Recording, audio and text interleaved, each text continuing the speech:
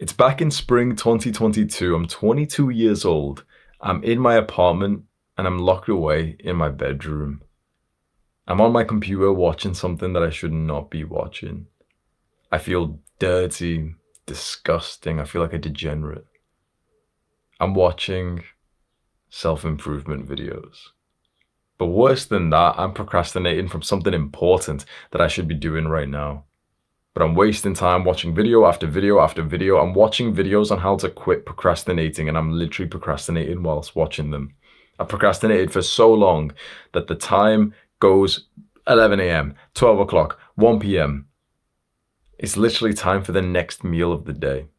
So I go to the kitchen, I'm eating something, gotta get my protein in, and go back to procrastinating instead of doing the important task that I'm supposed to be doing. Eventually it gets so late that I'm actually starting to feel aggressive and anxious. So I get up from my computer, I go into the other room where my girlfriend's sleeping, and I grab my shirt, my pants, and my shoes.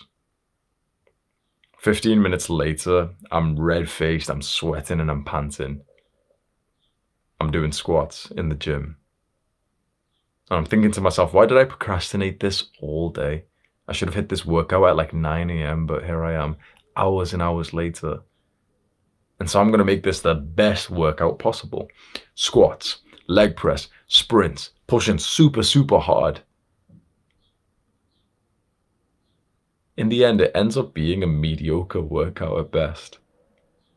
But that's when I realized that I've never regretted being disciplined, that it's always paid off to do the hard work, especially when I didn't feel like it. My name is Hamza, and I've made this full guide on discipline that's taken me a lot of time.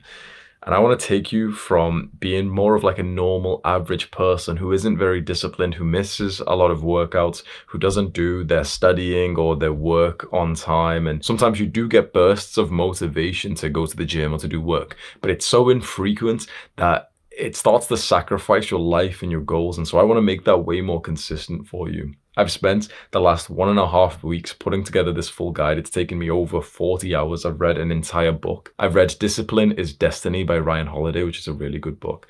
And I've put it all together in one guide. So this is the one full guide that you need to be more disciplined. You can put your trust in this one guide if you follow one rule. You watch it in order.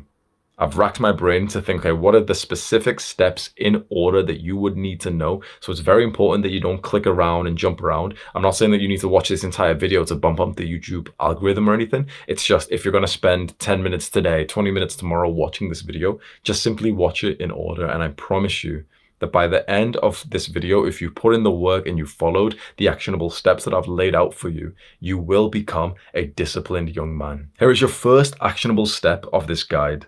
If you just close your eyes and visualize how you were like 1 year ago, you'll realize that maybe you're a bit more disciplined and consistent than you realize. Because if you picture younger you, who was far more awkward and he was, he liked working out less and he struggled with work and with studying a lot more than you do now. And you can just see him just awkward as fuck, like, fixing his shirt or something for no reason in a social setting.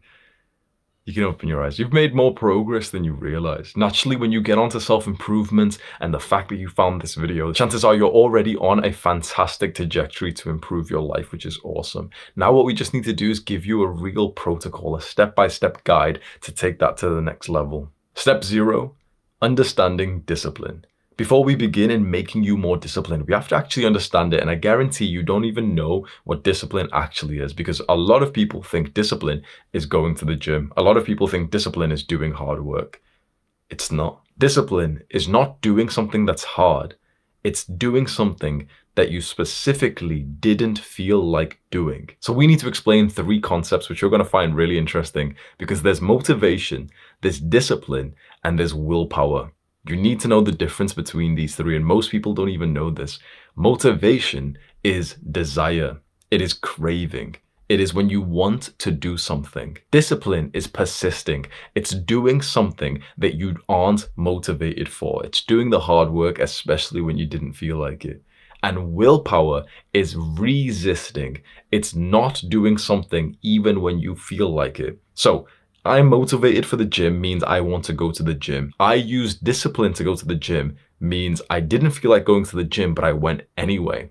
And I used my willpower not to eat the junk food, meant that I was motivated to eat the junk food. I wanted to, but I specifically didn't, even though I felt like it. Because motivation is fickle, it can come and go, but discipline is here to stay because it's a character trait that we can build inside of us. In fact, I think discipline is so important that I end every single one of my videos with a catchphrase: do the hard work, especially when you don't feel like it. That phrase, do the hard work, especially when you don't feel like it, perfectly encapsulates discipline. It's only discipline if you didn't feel like it. And this is why, as a man, it's so easy to win.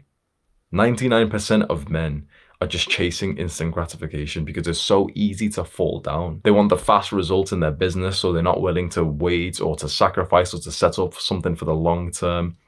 They want to watch porn right now because they feel a sense of loneliness or, a sense of being deprived of intimacy, which they won't go and solve long term through improving themselves and learning how to navigate a relationship with a woman. So they'll just go and get that online right now. They want a sense of status and brotherhood, but they'll get that in video games right now because it's instant. So 99% of men are doing that. If you can become the 1% of man, and this isn't even me saying that you need to become so amazing or anything. Literally just do the fundamentals of not doing the ultimate degenerate habits, and you're already in the top few percentile of men. And getting into the top 1% of men will not come from any kind of monumental act. If you're starting to feel proper motivated right now and you've started to visualize this proper hard grunting workout and you're gonna, make this fancy business, it's not about that. Beating your competition isn't about some big act that you've done. It's just about showing up every day and literally just setting the intention to try and do it a little bit better. It's the guy who stayed on the basketball court for an extra 5 minutes when everyone else went home. He's the one who becomes the world champion afterwards. There's 2 books which are very similar, which I recommend you to read. There is The Compound Effect and The Slight Edge. These 2 books are really good. They talk about using discipline to change something quite small and insignificant, like a small decision, like a 1% better decision, which then makes a huge difference over a few years. I bet you'll agree with this. It's also harder to be lazy than it is disciplined. Yes, it's harder to be lazy than it is to be disciplined. To be disciplined means that we have to go hit a workout today. It means that we can't watch porn today. Oh, wow. It's kind of difficult, fair enough. But to be lazy, to be undisciplined is harder because that means that then you have to deal with the demons in your mind every single day, knowing that you're not living to your potential, dealing with the negative thoughts, going to sleep and you're overthinking. You randomly get a memory of some weird, awkward thing that you did 6 years ago. You feel like crap. Everyone treats you with disrespect because you don't deserve the respect. Genuinely imagine the kind of lives that the other people live where they don't even consider something like improving their discipline. And so they just go to one easy source of dopamine to the next, to the next, to the next. They're sacrificing their future selves' happiness for today's pleasure. And then they're wondering 3 months, 6 months, 12 months down the line why they're fat and depressed. It's because they did it. It's because we did this at some point. I'm glad that we're on this pathway where we've stopped sacrificing ourselves and instead we're making life better for our future self. Discipline is a treat for your future self. Discipline is the ultimate act of self-love because you're saying, you know what? Here is some modern technology, porn, video games. It's been made by a company who don't give a fuck about me.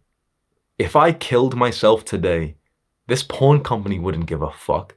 They'd only care because, one user's went inactive. They've ruined my life. They gave me depression. I've got fucking ED, so my dick doesn't even get hard.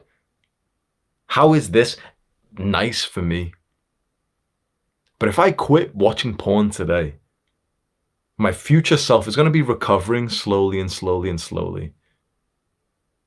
3 days in and he feels, he's got a bit more lust, a bit more male aggression inside of him. Testosterone levels are rising.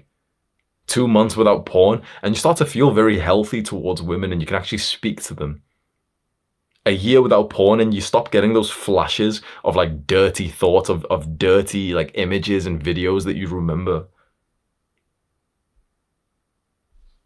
The ultimate act of self-love is discipline.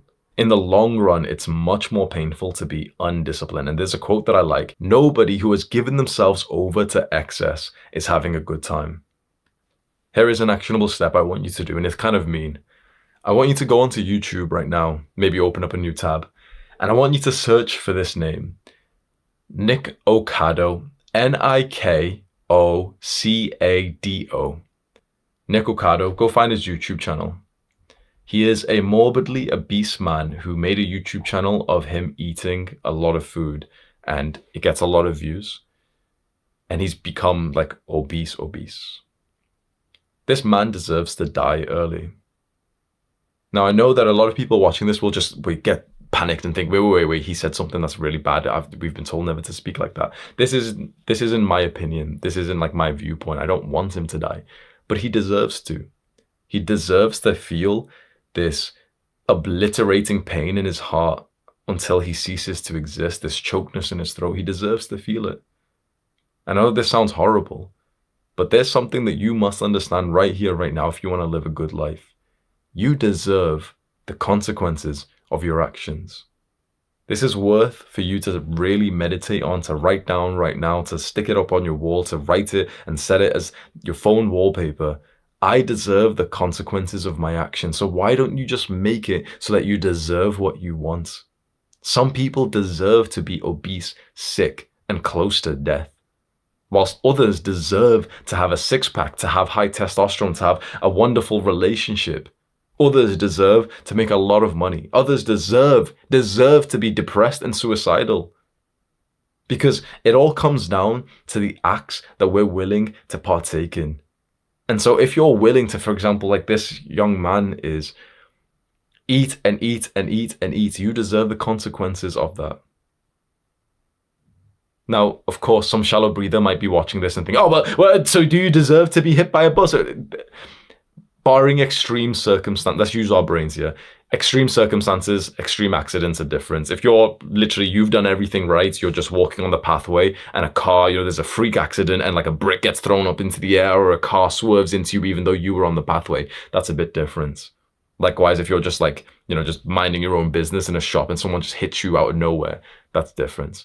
But if you're overeating your calories every single day, you deserve to be fat. And if you deserve to be fat, then you deserve to be sick. And if you deserve to be sick, then you deserve to have a higher risk of mortality. This is the consequences of a lack of discipline. And so I think for you, it is very worthwhile for you to just take a few seconds right now and think about what you want to deserve, not what you want. Remember, nobody gives a fuck what you want, but what you want to deserve. I want to deserve a six-pack. How could I deserve a six-pack? I'll train abs 3 or 5 times a week, and I'll go on a calorie deficit, and I'll do cardio. I want to deserve a good, healthy relationship with a beautiful woman. How would I deserve that? First of all, I'll deal with some kind of problems that I've got internally. I'll learn how to actually speak to people and effectively communicate. I'll learn how to actually be, first of all, a good partner. I'll learn what that kind of woman, this high-quality woman, would be attracted in a guy. I'll develop those things myself, and then I'll also try and put my best front when it comes to dating. I'll stop watching degenerate red pill content, and I'll start embracing more faith and spirituality. And then when I do meet the woman, I'll treat her right, very, very kindly, very lovingly, and I'll make it so that she is super happy with me. Doesn't sound so cool now, does it? Almost sounds like a bit stupid and autistic, but this is what you want out of life. This is how you get it. Just make it so that you deserve that thing. Take a second right now as an actionable step to just think of what you want to deserve in life. And your brain will already start to work on, okay, well, here's how we do it. What I will say is that the greatest reward of being disciplined is not the physique or the money or the girl in your arms, but it is the man that you become. I feel good being me. And I know that there's quite a lot of guys watching this who it won't really click in their mind. So I just want to kind of explain this. Just imagine this, like imagine genuinely waking up every day and being happy that you are you. Because for a long time in my life, I couldn't have said this. I wanted to be that other guy. I wanted to be that guy with the real world results. I wanted to be the guy with the six-pack. I wanted to be the guy who, had the likes on Instagram. I would not change myself for anyone. It's like your own internal perception. You start to like yourself. You start to respect yourself. My brain is producing more and more positive thoughts about myself than ever. Think about that. My own mind is actually starting automatically to like say nice things about me through the day. You know, when your brain wanders, when you're trying to read and it thinks about something else or it thinks about memories and stuff, my brain mostly now is going to positive stuff. Certainly in a student light. So, you know, it's not like I'm just egotistical thinking that I'm amazing, but it's more that I've got like a sense of bliss thinking like, yeah, well done. Yeah, awesome progress. I've been working super hard. I'm not thinking, yeah, I'm better than everyone else. And, you know, like, oh, I'm so amazing. I don't need to learn anymore. It's the exact opposite. I really do think, okay, I want to learn more. What can I learn? How can I improve? So I've still got a student mindset, but it's just very positive and pleasant. I think that's the best reward of discipline so far. Step 1, ego. Before we can really begin to get super disciplined, we need to destroy your ego. Because there's a reason why you're not going to make any progress watching this. There's a reason why you're going to stay in the same position. I hope you don't, but there is going to be a huge reason.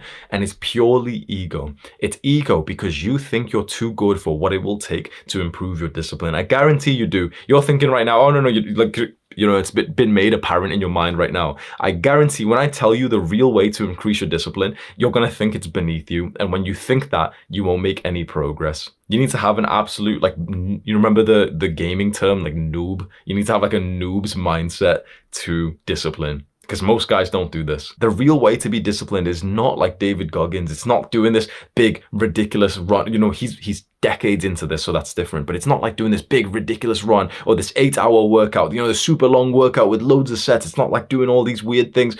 It's none of that. The real way to be disciplined is finding the easiest good habit that you consistently aren't doing and start doing that. It's so uncool. It's so boring. But discipline is not that massive workout. It's cleaning up the mess on the floor. It's like the clothes, you know, like the one piece of clothing that you've had on the floor for like the last fucking 48 hours. It's picking that up and putting it somewhere. Discipline is taking those water bottles down, like not even drinking the plastic water bottles anyway, but let's say, you know, you've got water bottles in your room, this thing's out of place here. Discipline is literally just fixing that stuff up. You know that there's that cringe piece of advice like, oh, make your bed. You know, discipline's making your bed, and the first route to success or to changing the world is to make your bed. You know why every single military in every single country places an emphasis on things like making your bed? Why? Really just ask yourself this question. Why? Because that's the real discipline. The real discipline is not charging into war and being super heroic. It's making your bed when you didn't want to. It's these 1,000 acts of mini discipline that other people will ignore, saying that, oh yeah, it doesn't matter. It's not that it doesn't matter. It's that your ego is bigger than this task at hand. Your ego is stopping you to improve. If you think that something doesn't matter, if you think that, oh, it's not going to make a difference, so I'll just cut the corner there, that's because of ego. Not that it's the objective truth of the world that whether or not making your bed makes you more disciplined. That is your big fat ego that's stopping you from making progress. You need to start challenging your own brain. You know, people talk about critical thinking. They talk about not just taking like one piece of advice at once. Your own brain convinced you to watch porn over 1,000 times in your life. So your own brain probably shouldn't be automatically trusted, right? Think about this. When was the last time your own mind convinced you to watch porn? You know with 100% objective universal fact that porn is a bad thing. Your own brain convinced you to do it. You're not as smart as you think you are, right? So when your brain is telling you, oh yeah, this video is kind of stupid. He's telling me to make my bed. He's telling me to pick up like, you know, the clothes from the floor. That's not going to do anything. You know, I'll go watch another David Goggins or Andrew Tate motivational workout. Maybe don't listen to your brain and maybe start with the thing that will actually work. Look in your rubbish bin, probably full right now. Empty water bottles around, shit all over the floor. Bed sheets not made. This is the daily act of discipline. So this is exactly what you do to destroy your ego and to begin leveling up your discipline. Pick one or two of these things that you have proven to yourself that you usually don't do. This is the important part. The small task that I'm telling you to do consistently has to be one that you have proven to yourself you usually don't do because you don't like to do it. So discipline is not, oh yeah, I'm going to wake up and do 50 push-ups, because you'll be motivated for that. So it's not discipline. Discipline is looking around your room right now and thinking to yourself, you know what?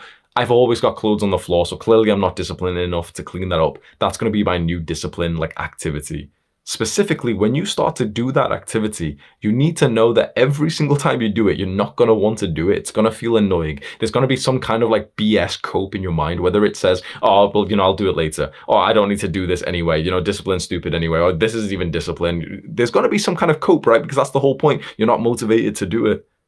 So you need to almost be vigilant for your brain to start coping and to start creating these excuses. It's these small, insignificant things that are the training ground for your discipline. In a video game, you start off with like the small monsters.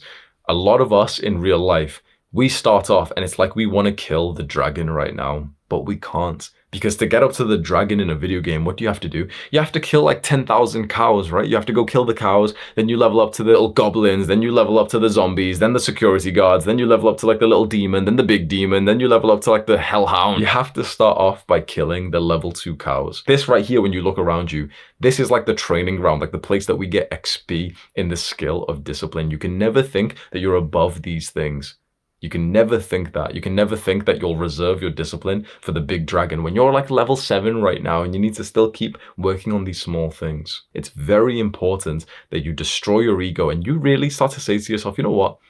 I'm actually not that great. I'm not that advanced right now. I'm not past the point where something like cleaning up my room wouldn't help me. I'm not past the point where something like doing a tiny bit of exercise wouldn't help me, because a lot of people in this stage, they get stuck because of ego. Here is your actionable step for this part of the guide. Pick one daily habit that you can do, one task that you usually don't do that would require discipline. So it might be, for example, wiping your computer desk every day. And every day, it probably wouldn't need that, right? After you like wipe it down today, you probably wouldn't really need it tomorrow, but just do it anyway, just to get into the habit of it. Or it could be, for example, making your bed every day. That's a nice one. Make your bed kind of nicely. Or it could be, for example, making sure that you don't have rubbish in your room, taking down the rubbish bin every single day. It's very important that you just start with something small. Start with just one habit, and then you can make it into like a habit tracker like I've just got here. Like, just write the days of the month and then just have that as the habit, and then you just tick it off when you're done. Step 2, leveling up. Now, we want to level this up so that you actually start to accomplish bigger goals, because, just cleaning up your room is kind of nice, but we really want to like build something, right? So let's talk about some big goals and how you'd actually level up your discipline. For example, let's say building an aesthetic body, like a 10 out of 10 physique from the gym. The way to use discipline for this is to figure out the exact constraints, the micro task, the current area of weakness, a specific task that you're lacking in. So for example, with building a nice physique in the gym, a lot of guys think it's working out and dieting, and then they're trying to like discipline themselves in those two areas, working out and dieting, working out and dieting. Sure, when you first begin, discipline is like going to the gym, because you might not want to go to the gym, but after a while, you start liking the gym, you start being motivated for it. So it's like you're not using discipline to go to the gym anymore. This is like a very interesting point. A lot of guys who go to the gym think that they're disciplined, but they're not, because they're motivated for it. You take that same guy and put him in front of a computer and tell him to do 90 minutes of deep work, and he can't. So it's not about that, you're disciplined if you go to the gym. If you're motivated for the gym, then it's not discipline. It's not even like, it's still difficult, but it doesn't require discipline because you felt like going. So let's say right now, you've been going to the gym consistently, you've been making some progress, right? You're probably kind of motivated for it right now, which means that your discipline is kind of saved for something else. Most guys will just stop here and wonder why they're making less gains as time goes on. You make like the noob gains and then you just kind of plateau after that. Most guys wonder why. It's because you're not utilizing discipline in the next level, the next step. So you're consistently going to hit the workout, but there's somewhere in the realm of fitness that currently requires your discipline, which you're not very conscious of, and it's a very specific task. That task could be something as specific as making sure your kitchen scale has always got chargeable batteries inside of it, batteries that are charged so it turns on, because sometimes you might find that when the battery dies, you don't end up tracking your stuff for like weeks at a time. Or it could be, for example, making sure that you fill up your water bottles at nighttime and keep them next to your bed so that the exact moment that you wake up, you can start to drink a lot of water and hydrate before your workout in the day. It's like these new specific habits require your discipline right now compared to the big thing that used to, like going to the gym. So you do see, this is the way to level up. At first, we use discipline for some of the core activities, like, just eating protein or going to the gym. But soon those activities kind of feel like a little bit automated, like they become habits and they don't really require much discipline anymore. Most people will just stop here. What you need to do is figure out, okay, what's the next thing that I could discipline myself on that will still get me some results? And this is how, like, the concept of, there's less to gain the more progress you've made. At first, to make progress, you just go to the gym. But then after that, you've got to start tracking your macros. After that, you've got to start tracking your micros. After that, you've got to like perfect your sleep. There's less and less and less things for you to improve on, which is the nature of becoming an expert or a master in your craft. For example, another micro task could be going straight to the yoga mats after you finish your workout, grabbing one of the mats, setting it down, and just stretching for like 2 minutes. Over the grand scheme of things, that would help you in your goal of building this 10 out of 10 physique, because you'll be way more like flexible and you'll be able to get better range of motion in the lifts, right? So it's like, that's a very specific micro task.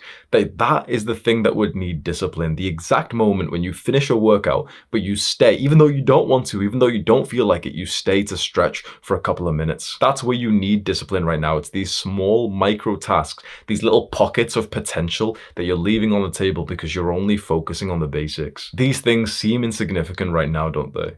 But it is these micro tasks that will make the difference between you being a winner or a loser 5 years from now. Use your discipline for a new micro task for every goal that you have.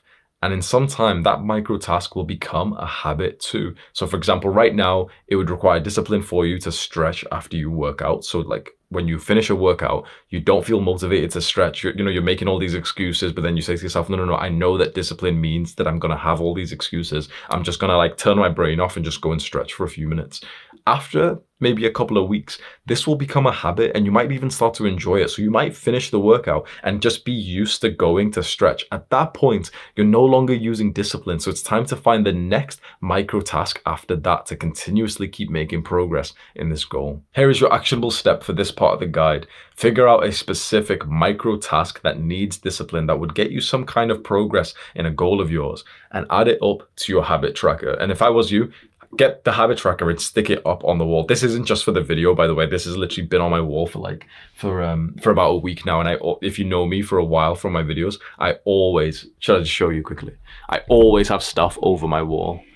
So obviously I've got like the YouTube plaques there, but a lot of the papers you can see, like those ones, they've got like habit trackers, they've got goals and everything like that. I really think that's an extra step that you can take.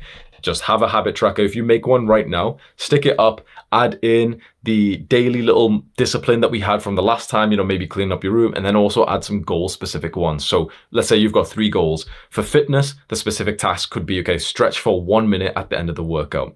For your work, it could be to read 3 pages of a book every single day.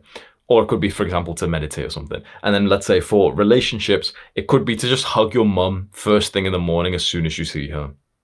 Easy things, right? They're not actually that difficult. They're easy things, but there might be things that you don't consistently do right now because you don't really feel like it. So please remember this. The next time you're about to do one of these tasks, you will genuinely not want to. You will probably not be motivated. Your brain will probably start coping and saying, I don't have time, I'll do this, it's a bit awkward, it'll start to cope. Just remind yourself, that is the sign that you are using discipline. It's specifically when your brain is trying to convince you against it, which is awesome because now you're training like against that weak part of your mind that wants you to be complacent and mediocre and weak. We're destroying it with our own intentional effort. The next time that you finish up a workout, walk blindly, like automatically to the yoga mats, get one, and literally just like do a cope stretch is what I call it. Like literally just like, just grab your knee, you do a little stretch for like 30 seconds. Because the idea is you're not trying to be like some professional, flexible person right now. You're starting with this almost like a child would. And the idea is if you did this, 3 times a week, 5 times a week, 7 times a week right now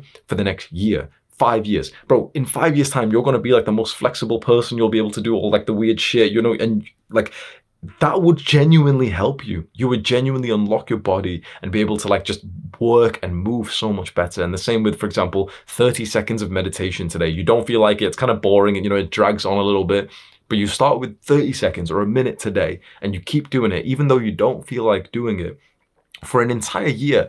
And by the end of the year, you're probably used to doing 10 minutes every single day, which is perfect. 10 years from now, you're meditating 20 minutes a day, 30, 40, 1 hour every single day, which is insane when you compare that to like normal people.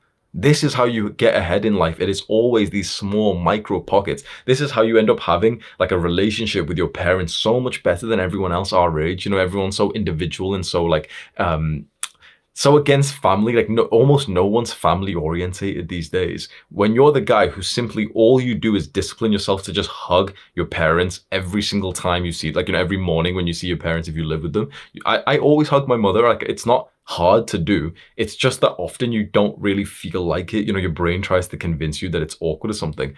It's a 10 out of 10 habit for me now. It doesn't require discipline. I just do it kind of blindly. And I saw, like, literally just saw the smile, because it's morning time right now. I just saw the smile on my mom's face as always every time I hug her in the morning. I'm just used to it. If you've already got some kind of value from this video and you think that it's really helping you, please just do me a little favor. Do the YouTube algorithm stuff. I hate saying this, but it really does work. So, like, you know, the like and the comments and spam the comments and share the link to some friends. If you know that there's some people who would benefit from more discipline in their lives, maybe you know some guys who are on self-improvement or some guys who should be on self-improvement. If you send this link to a couple of people, that would be huge for me. And my goal with these guides that I'm spending a lot of time on is that even years from now, you keep mentioning it to people. That would be like the greatest gift you could ever give me, is that you just casually just say it to someone like, oh yeah, you should watch Hamza's full discipline guide. That would genuinely bring like the biggest smile on my face, because if you're spreading word of mouth to other people, that means that I've really produced something which has contributed to humanity, which is awesome. Chapter 3, discipline in work and studies. Back in June 2023, I'm about to send my dad a message. He's driving right now, but he's got someone in the back seat, someone who he doesn't want there. He's got a woman in the back seat, and he has to be polite to her. He's a taxi driver, and he has to be polite because that's his passenger. I'm sending him a message telling him of the recent success that I've had in business. I'm sending him a screenshot of the cart notifications that I've been getting and how much money I've been making. £100,000 per month. I tell him that I'm on track for my goal of 3 million this year, and that he doesn't need to drive the taxi anymore. I'm getting flashes of the last few years that I've dedicated my life to this goal of this business, this online income. And this was a big moment for me. And I'm thinking how awesome it's going to be. He's going to come home and together we'll take off like the taxi stickers that are on the car, and I can record it and I'll get a lot of views. But unfortunately, that's not what happens. Because my father doesn't come home as expected. He does come home. But as I see the car pull up into the driveway, the taxi stickers are already gone. I was waiting there ready to record the moment that we're going to be taking them off. And I asked him, wait, you already took them off? It turns out that the moment that I sent my dad the text message, or the moment that he saw it, he didn't even wait to come home to get rid of all of the signs that made it clear that he was a taxi driver. He pulled up at the side of the road and did it there. And it hits me that for the last 20 years, my parents have dedicated their lives to raising me and my siblings. And my dad has worked these low status jobs. My dad has sacrificed status as a man, status, to just provide for the family. And he was pained by that. He was agitated by it, but he just did it just for the sake of family. My dad had a much better job in Pakistan. He had more of a leadership position, more of a manager inside of a big paper mill engineering position. And here in the UK, he told me from his words, he's worked more as a laborer. Now, 20 years later, I'm 26 years old, and I've finally been able to pay it back. There are many people out there your age who are making an unbelievable amount of money. And one of the first things that the smartest people in this group do, they retire their family. They pay their parents back for the effort and sacrifice that they've made. And it's such a beautiful experience. It's to be a son who retires his father is a beautiful experience. I think it's like every son's duty. And it's gonna require discipline. Because when you look into any of these genuinely successful young people, the young people who are literal millionaires, there is absolutely one trait that they have in common. They did hard work even when they did not feel like it. But on the other hand, the young men who lack discipline, they're hit with three major pain points. One, they live a life where they're not living up to their potential. They're always unfulfilled. Two, they're experiencing the realities of being a poor performer, which means shitty jobs, not much money in their business, poor grades. And maybe worst of all, three, the people in their lives are let down. Or maybe the people in their lives are experiencing extra stress to counteract their laziness and lack of discipline. You see, there's only really two paths in front of you. It's the path of discipline, or it's the path of destruction. The cost of discipline, okay, you've got to wake up a little bit earlier, you make some coffee and you get to work even though it feels kind of hard. The cost of lacking discipline is your soul. It's the pain that when you fall in love with a woman, you're not successful enough to be able to just retire her immediately. That seems like a distant dream for a lot of guys, but it is a reality for some. Imagine that moment when your woman still needs to go to work in a job that she doesn't want to go to. You know, if you meet a woman who loves her work, that's different. But let's say she's working some shitty job and it's actually starting to drain on her. Let's say she gets pregnant and even 6 months or however long, 3 months into the pregnancy, she still has to go to work. She still has to commute. Now, I can be sat here like, being like nice as everyone else is to you, but I'm going to hit you with some cold, hard fucking truths. You're disgracing your manhood if you can't provide for others. If you have a woman who hates her job, but still has to go because you weren't disciplined enough for long enough in your life, you should feel like a fucking asshole. You should look yourself in the mirror and actually think, fuck me, I wasted years of my life doing what? Porn, video games, drinking, drugs, right? If it was different, if it was like, you were really working hard, but you didn't end up achieving success, that's different. But look into the fucking mirror and just be honest with yourself. Did you actually work to the level that you should have? Did you discipline yourself to the level that you should have? Or did you just keep coping and saying that 1 hour of video games was fine? And now your girl has to go work an overnight shift, or she has to work overtime on Saturdays. Now your father's 60 years old and he's still stretching along to work. And no one will say this to you, by the way. No one will actually come to you and say I wish you retired me. Your father's probably not going to say that to you, but they're thinking that. I can't believe I raised such a weak son who didn't even understand the concept of masculinity, that you provide. Your father provided for you and here you are. Extra 1 hour on video games every day, eating carbs that fuck up your brain and now you can't even work well. I don't mean to be insulting or aggressive towards you, but I wish that someone spoke to me like this, because everyone spoke to me like a pussy when I was growing up. It was so weird. It's trust me when I say people are thinking these thoughts, but I'm growing up playing video games, watching porn, fucking around, wasting time, and only my father would just kind of tell me, these are bad habits and stuff, but he wouldn't ever explain. I wish he sat down, maybe I would have thought of him worse, but I wish he sat me down and said, you shouldn't be playing video games, because in 10 years, I wish that you would retire me. I wish that I'd stop working these shitty jobs that I hate, and I hate my life, and I have to drink alcohol to be able to sleep. I wish in 10 years from now, you'd be able to retire me, and I don't believe you'll be able to do that because you keep spending 2, 3, 4, 5 hours a day on video games. I'm disappointed in you. I wish someone told me that when I was younger. These days, everyone just speaks in such a polite, nice way. You need someone to hit you with some truth. That I don't say this to be an asshole. I don't say this to hurt your feelings. If I wanted to hurt your feelings, I wouldn't be making a guide like this where I've genuinely put my fucking heart and soul into this for the last 2 weeks and numbed my brain to thinking how I can help you be more disciplined. But sometimes, especially for young men who are masculine, you need a bit of criticism from someone else. You need another guy to look at you and just say, bro, you're not living to your potential, so what the fuck is the point in your life? Now, you can start getting depressed and think that this is going to trigger you and make you worse. Or you can think, you know what?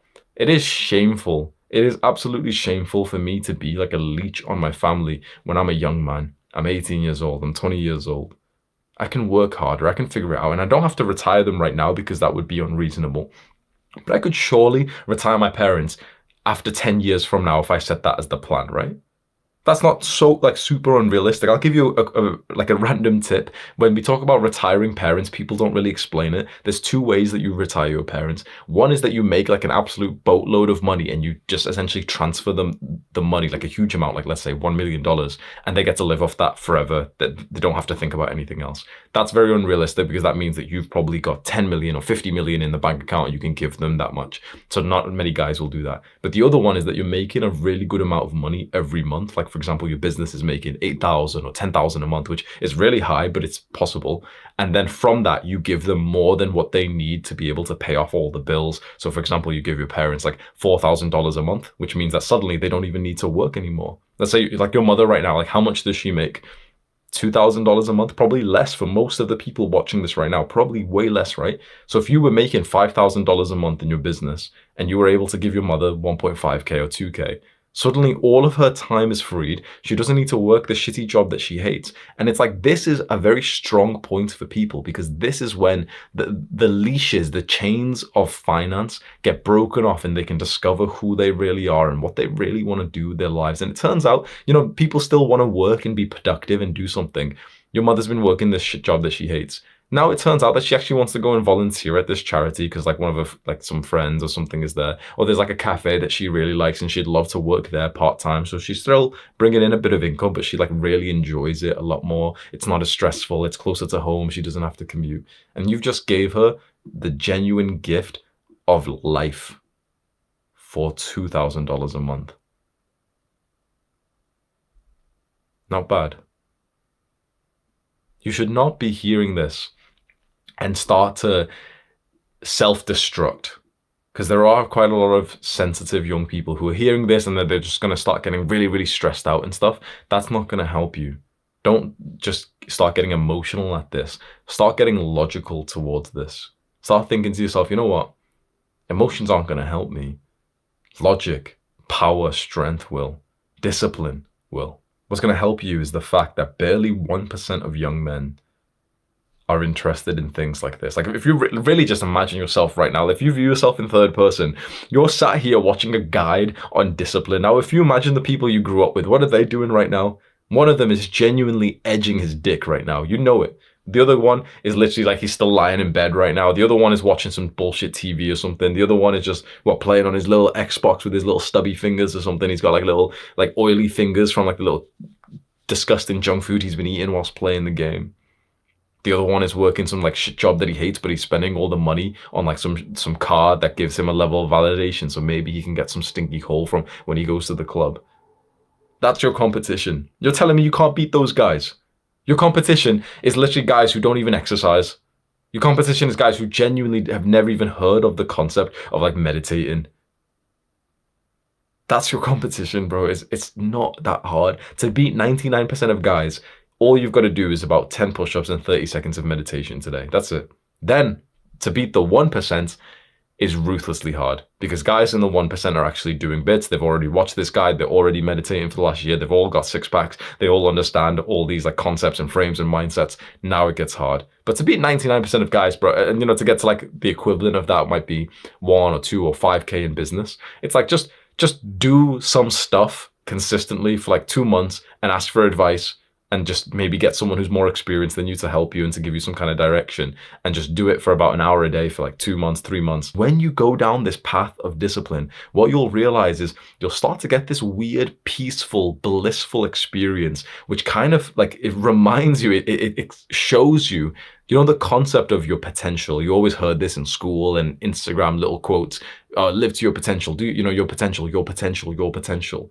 When you start to dedicate yourself to discipline, and really don't bullshit yourself, you really become disciplined in the areas that you didn't want to. Like you kind of want to, but you don't feel like it, you're not motivated and stuff. You really start to do hard shit. I didn't want to sit down for this fucking video right now. I didn't want to. I've already done 3 hours of deep work today. My brain was kind of hurting. And for like a break, like a vacation, I closed my eyes and did some deep breaths, and now I'm here. Now I'm recording for like a solid probably 2 hours whilst I'm here. And it feels phenomenal. Because as I'm doing this, there's no thoughts in my mind. I've challenged myself today, so I get a free flow state. This is the happiest like a human can be, is when you're experiencing flow and there's no thoughts in my mind. I don't need to fake it. I'm not like some people will pretend that they're happy with their work and they'll show you like a fake smile. I don't need to show you like a massive big smile. I am totally and utterly like content and almost slightly like enlightened in this exact second right now because of discipline, because I've put the hard work in to be here today. So I'm in like a flow as I deserve. The moment that I'm done recording this, I'm going to feel phenomenal. I've accomplished more in this morning than I used to, genuinely over an entire month. It's 10 a.m. I woke up at 5. It's awesome living like this. Now I want to talk about some specific strategies that you can use to use discipline in your work and your studies. Step 3.1, wake up early. Now either choose to wake up early or to stay up late. But I think that you should have either one of these extreme, like this pocket of window, very early in the day or very late at night, where no one can contact you. And that's when you can work on something which is really, really important. This is building up to the most important productivity tactic that I could be telling you about. You must have a few hours of the day when no one will contact you, when no one's awake, where it's just kind of you with some silent enthusiasm, working on something that's super hard and like, the hardest task possible. And it like 100%, trust me, that I highly doubt that you could do this in the middle of the day, and you need to wake up early, 4 a.m., 5 a.m., 6 a.m., or you stay up late, midnight, 1 a.m., something like that. You can choose which one it is. Some people are way more night owls and they do really good work there. Some people are way better in like the morning time. I'm way better in the morning. What I will say is I do genuinely think the morning is better for pretty much everyone, because when you stay up late, you do automatically experience problems. There's more people who are still awake at 11 o'clock, even midnight. You can't drink coffee or caffeine or anything. If you see any bright lights or any lights from your computer past about 10 p.m., it really does start to fuck up your mental health. Like Andrew Huberman talks about this a lot, that if you look into the computer or phone past 10 p.m. or 11 p.m., it starts to produce like depressive symptoms inside of you because it's totally unnatural to see light at that time. When you wake up early at 5 and you see light, it's absolutely fine. It's actually kind of healthy.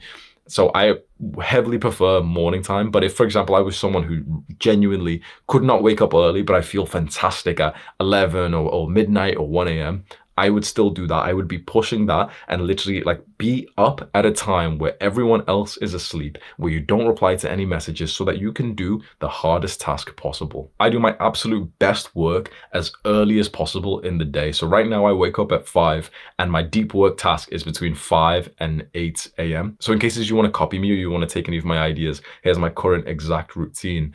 At 8 p.m. I shut everything down, non-negotiable. I don't care if I'm on a call, if I'm doing anything. At 8 p.m. everything is shut down. That's when I'll go and do my nighttime routine, and I'll brush my teeth, I'll floss my teeth and stuff, set up my room and everything, set up tomorrow for work and everything. Then I'll get into bed and I just read like sideways lying down. The whole room is dark, but I have a Kindle which is on the lowest brightness. And when you read, like literally to the point that your eyes close, you have perfect sleep. I usually fall asleep at about 8:30 p.m., maybe sometimes about 9 p.m. And I wake up usually 5 a.m., like on the dot, just by myself. Wake up, first 10 minutes, 15 minutes, I'm just quickly going to the toilet, drinking some water, go downstairs, and I'll look at bright light, like I'll look at the sunlight. Right now, this sun, which is out at like 5 a.m., so I'm getting that into my eyes. Andrew Huberman says it's good. Then at about 5:15, I come up and I literally just do deep work till 8 a.m. So I'm working on the full guides for the script and everything. It's like a very mentally demanding, super hard task. No one can disturb me. No one's awake. I'm not checking messages. No one's awake in my house, so I'm just working on that. This is how you move the needle. So there's a phrase that I want to tell you, which means a lot to me. It's called eat the frog. The idea is, I think some philosopher or something made this, but the idea is that if you eat the frog first, the hardest thing, if you do the most gross thing, the hardest thing first, then the rest of your day is going to be easier and better. Most people do the opposite thing. They've got something hard that they really don't have motivation for, and they'll keep pushing it on, pushing it later, till eventually it's like their entire day has just been kind of like stressed out by that thing that they're pushing later. And sometimes they don't even get it done. So you wake up and you do the hardest thing straight away whilst your brain's really fresh. And then you've got like an easier day after that.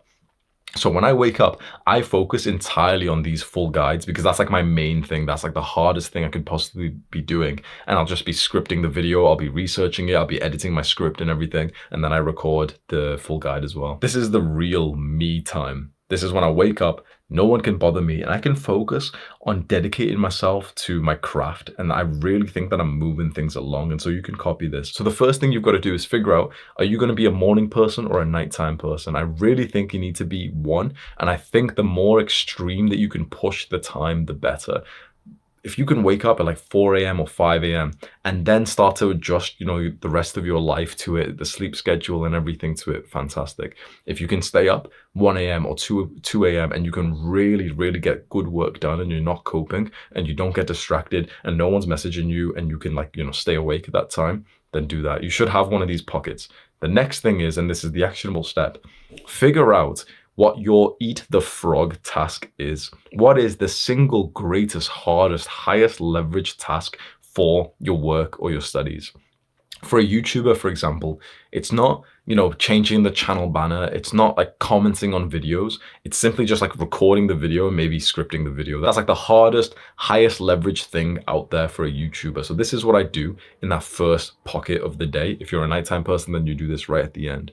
Or for example, let's say you are an author. You could be messaging people, you could be writing emails, you could, be sending shout outs to people or something.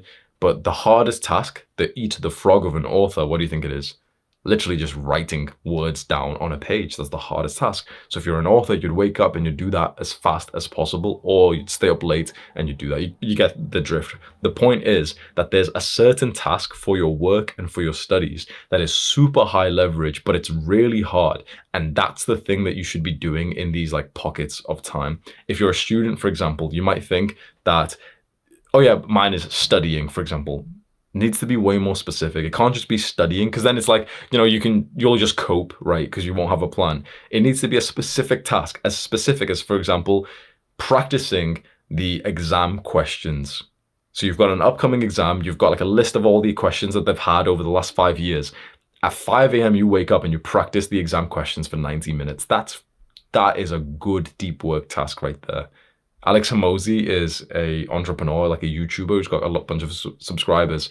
And he spoke about how he ended up getting really, really good grades in college. He literally just practiced the exam questions over and over and over again, so that when it came to the exam, he had already practiced the questions that had come up anyway. So he just breathed through them. That's a very high leverage task. A lot of students cope and they say like, their task is just going to be studying. They end up sitting there, they're distracted, they don't know what they're doing. They'll read a bit of the book, but it's boring. It's not even high leverage. It's very important you have a specific task that you'll focus on. I will tell you that I've been on self-improvement full time for the past 3 years. I haven't had a job other than YouTube. And so I've literally had the beautiful opportunity to like be full time on my self-improvements. And I will tell you that this is a 10 out of 10 productivity tactic. Wake up early, stay up late, whichever one, and work on that hardest task. Eat the frog. That's what I have in this habit tracker behind me. I have 5 a.m., sunlight, eat the frog. That's the 3 things I do first. And then I've got like the rest of my morning routine as well. This will be hard. When you sit down to try and do one of these tasks, it's always like quite brutally hard. It's like you're trudging through deep snow. It's hard. There's always a bit of a struggle. You don't really want to do it. But as you get about 20 minutes or 30 minutes into one of these hard, like frog tasks, that's when you start to feel a lot better. Like I am right now. When I was having a shower before this, I was literally thinking like, coping, do I want to record this? I can't be bothered. What if I do it after the gym? What if I do it, all these thoughts. The first like 10 minutes or so of recording this video, I was feeling a little bit like, I don't know, groggy, not really feeling it.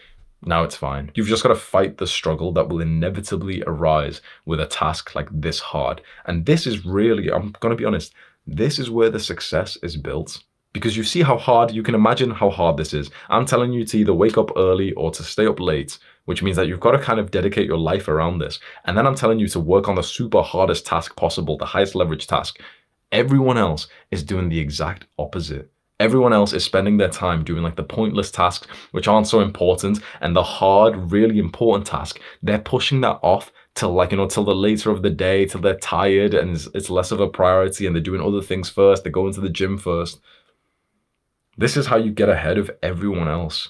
You prioritize that big task and you try and do it first thing in the day when no one can message you. And do all this with the vibe of enthusiasm and enjoyment, because you're building your dream life. And you're not just building your dream life.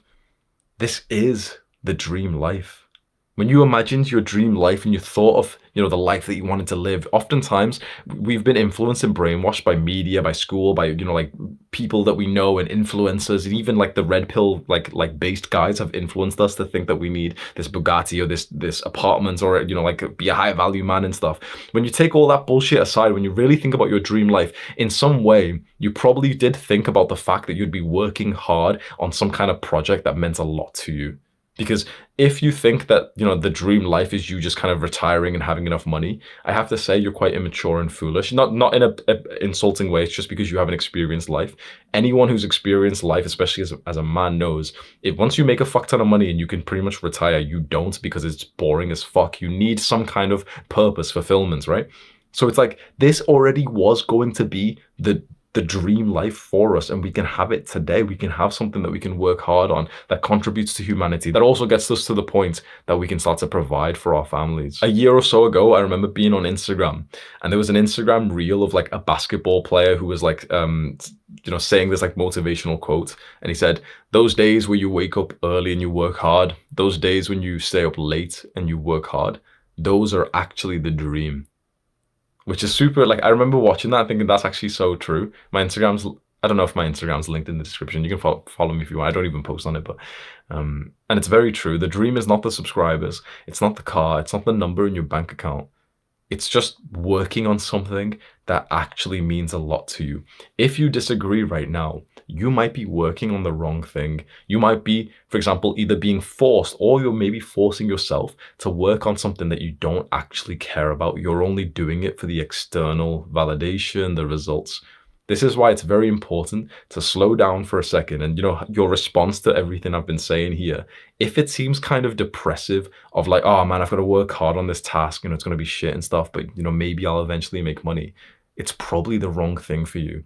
Because the right task is going to be the kind of one where it's still super difficult, but you're actually thinking, man, a life of me waking up early and working on that would actually be a pretty good life. It would be hard. And of course, I want other parts of my life too, but I would actually like enjoy that. Like that would be good for me. That would be good for the world.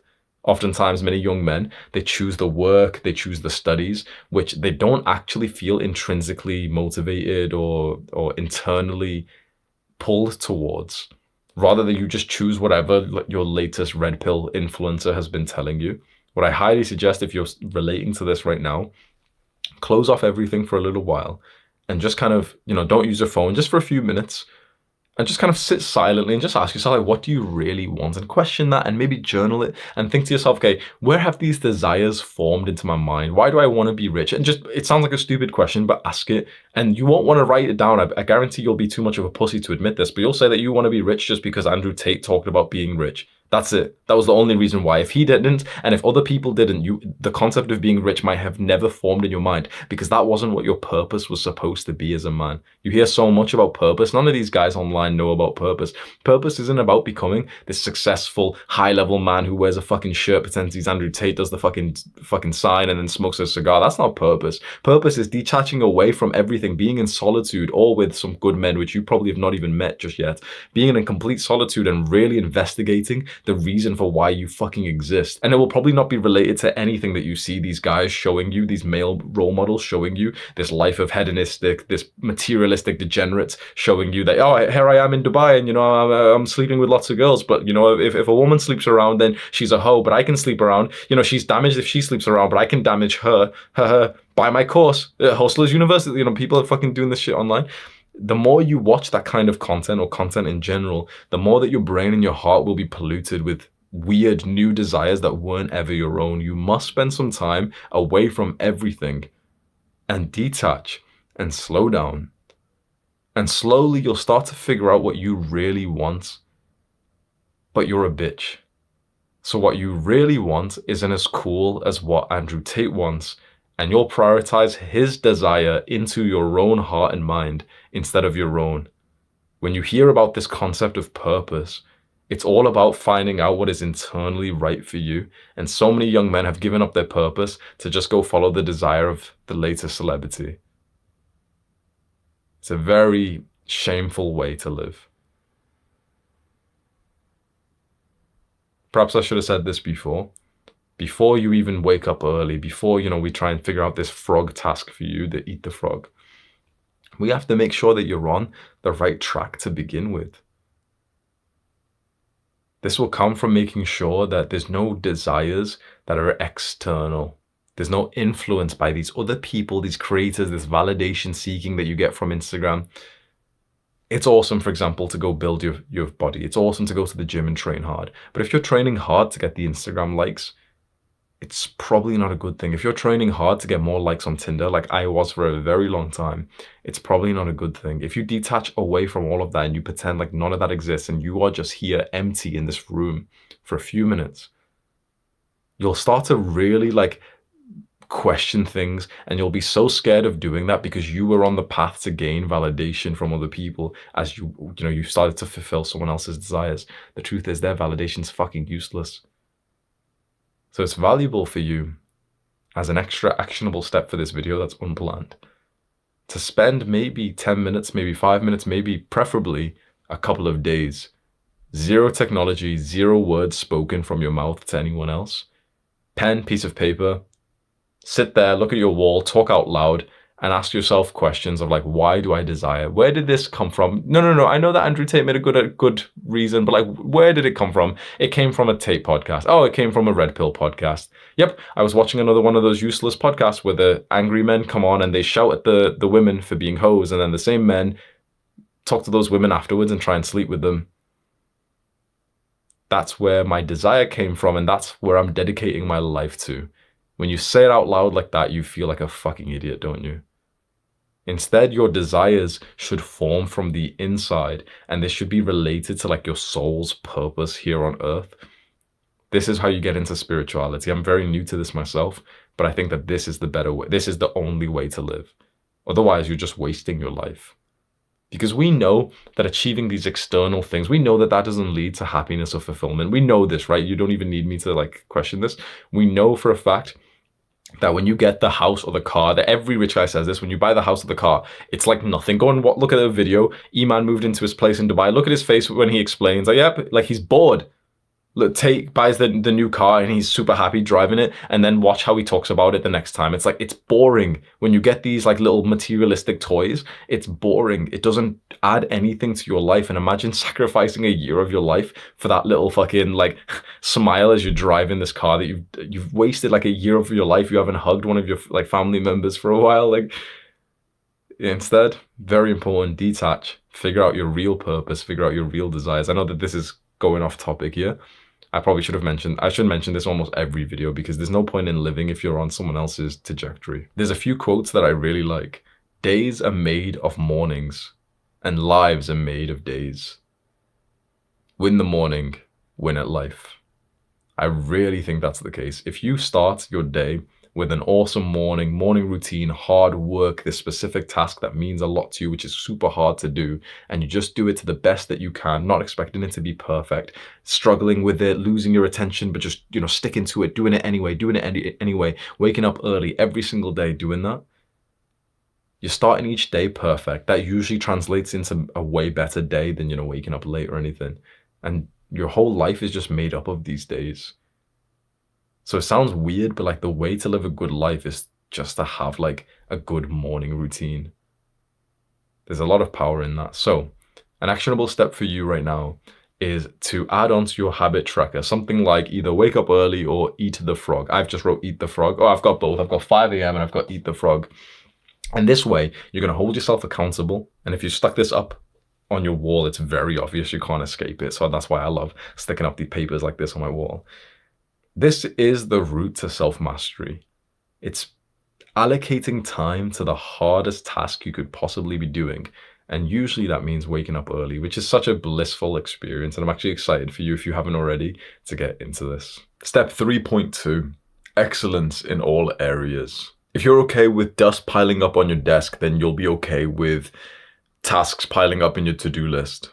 If you're okay with leaving things out of place, then you'll probably be okay with sending an email with a spelling mistake. If you're okay with leaving the gym before you've actually finished your workout, you'll be okay with cutting corners in your studies or your work, and the results that you get in life will show. But more than that, you will know. You will know that you are a messy room kind of entrepreneur. I learned of this concept of excellence in all areas from an entrepreneur called Sam Ovens.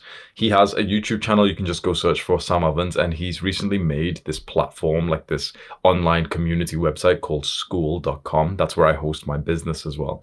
And he ended up just like, in one random video of his, he showed that he had principles for his like previous business, like the kind of guidelines and rules and mindset that everyone in his business was following. And one of them was excellence in all areas. They won't cut corners. And I've been inspired by that since. And that's something that I want to get into myself. Excellence, not in just the work that you produce or the videos that you make here, but excellence in, for example, the form that you have in your workouts in the gym. Excellence in your diets, excellence in the way you hold eye contact when you're speaking to your loved ones. It's without a doubt that the students who are well hydrated, they've got good diets, they go to sleep on time, will get better grades than the students who stay up late on TikTok, who refuse to drink water because they don't like the taste of it. That's obvious, it's common sense. And yet people miss this out. This is undeniable, we know this. Because these are the people who have got their life in order, trying to get better grades when you're dehydrated, or trying to make more money from your business when you don't even make your bed every morning, or trying to make gains in the gym when you refuse to improve your diet and you keep eating sugar. That's obvious, it's common sense, it's basic, but a lot of people miss the basics, and you might be one of them. If, for example, you're a guy who's always well hydrated, there's probably another area of life that you're not even hitting the basics on just yet. Maybe your form in the gym, if you're just being honest, maybe your form in the gym is shit. It could be. Have you ever had a personal training session to have someone else, like a professional, evaluate your form? Have you ever trained with someone who's got 10 years of experience? Have you ever even like sat down and watched 50 different videos on how to like bench press correctly, how to increase your squat form and everything? All of this pursuit of becoming excellent comes down to just your mindset of setting higher standards than you have done previously. So again, this is something that you can do. You can look around your room and just think, okay, what could I slightly increase the standards of? A lot of it for a lot of people is cleanliness, and you can increase the standards there. Maybe you can increase the standards slightly of the clothes you wear or the hair that you keep, the way that you groom yourself. A lot of young guys, including myself, kind of let ourselves go with a little bit of laziness. So booking in a haircut once a week or 2 weeks, and with this new mindset, okay, I'm going to have higher standards for my appearance.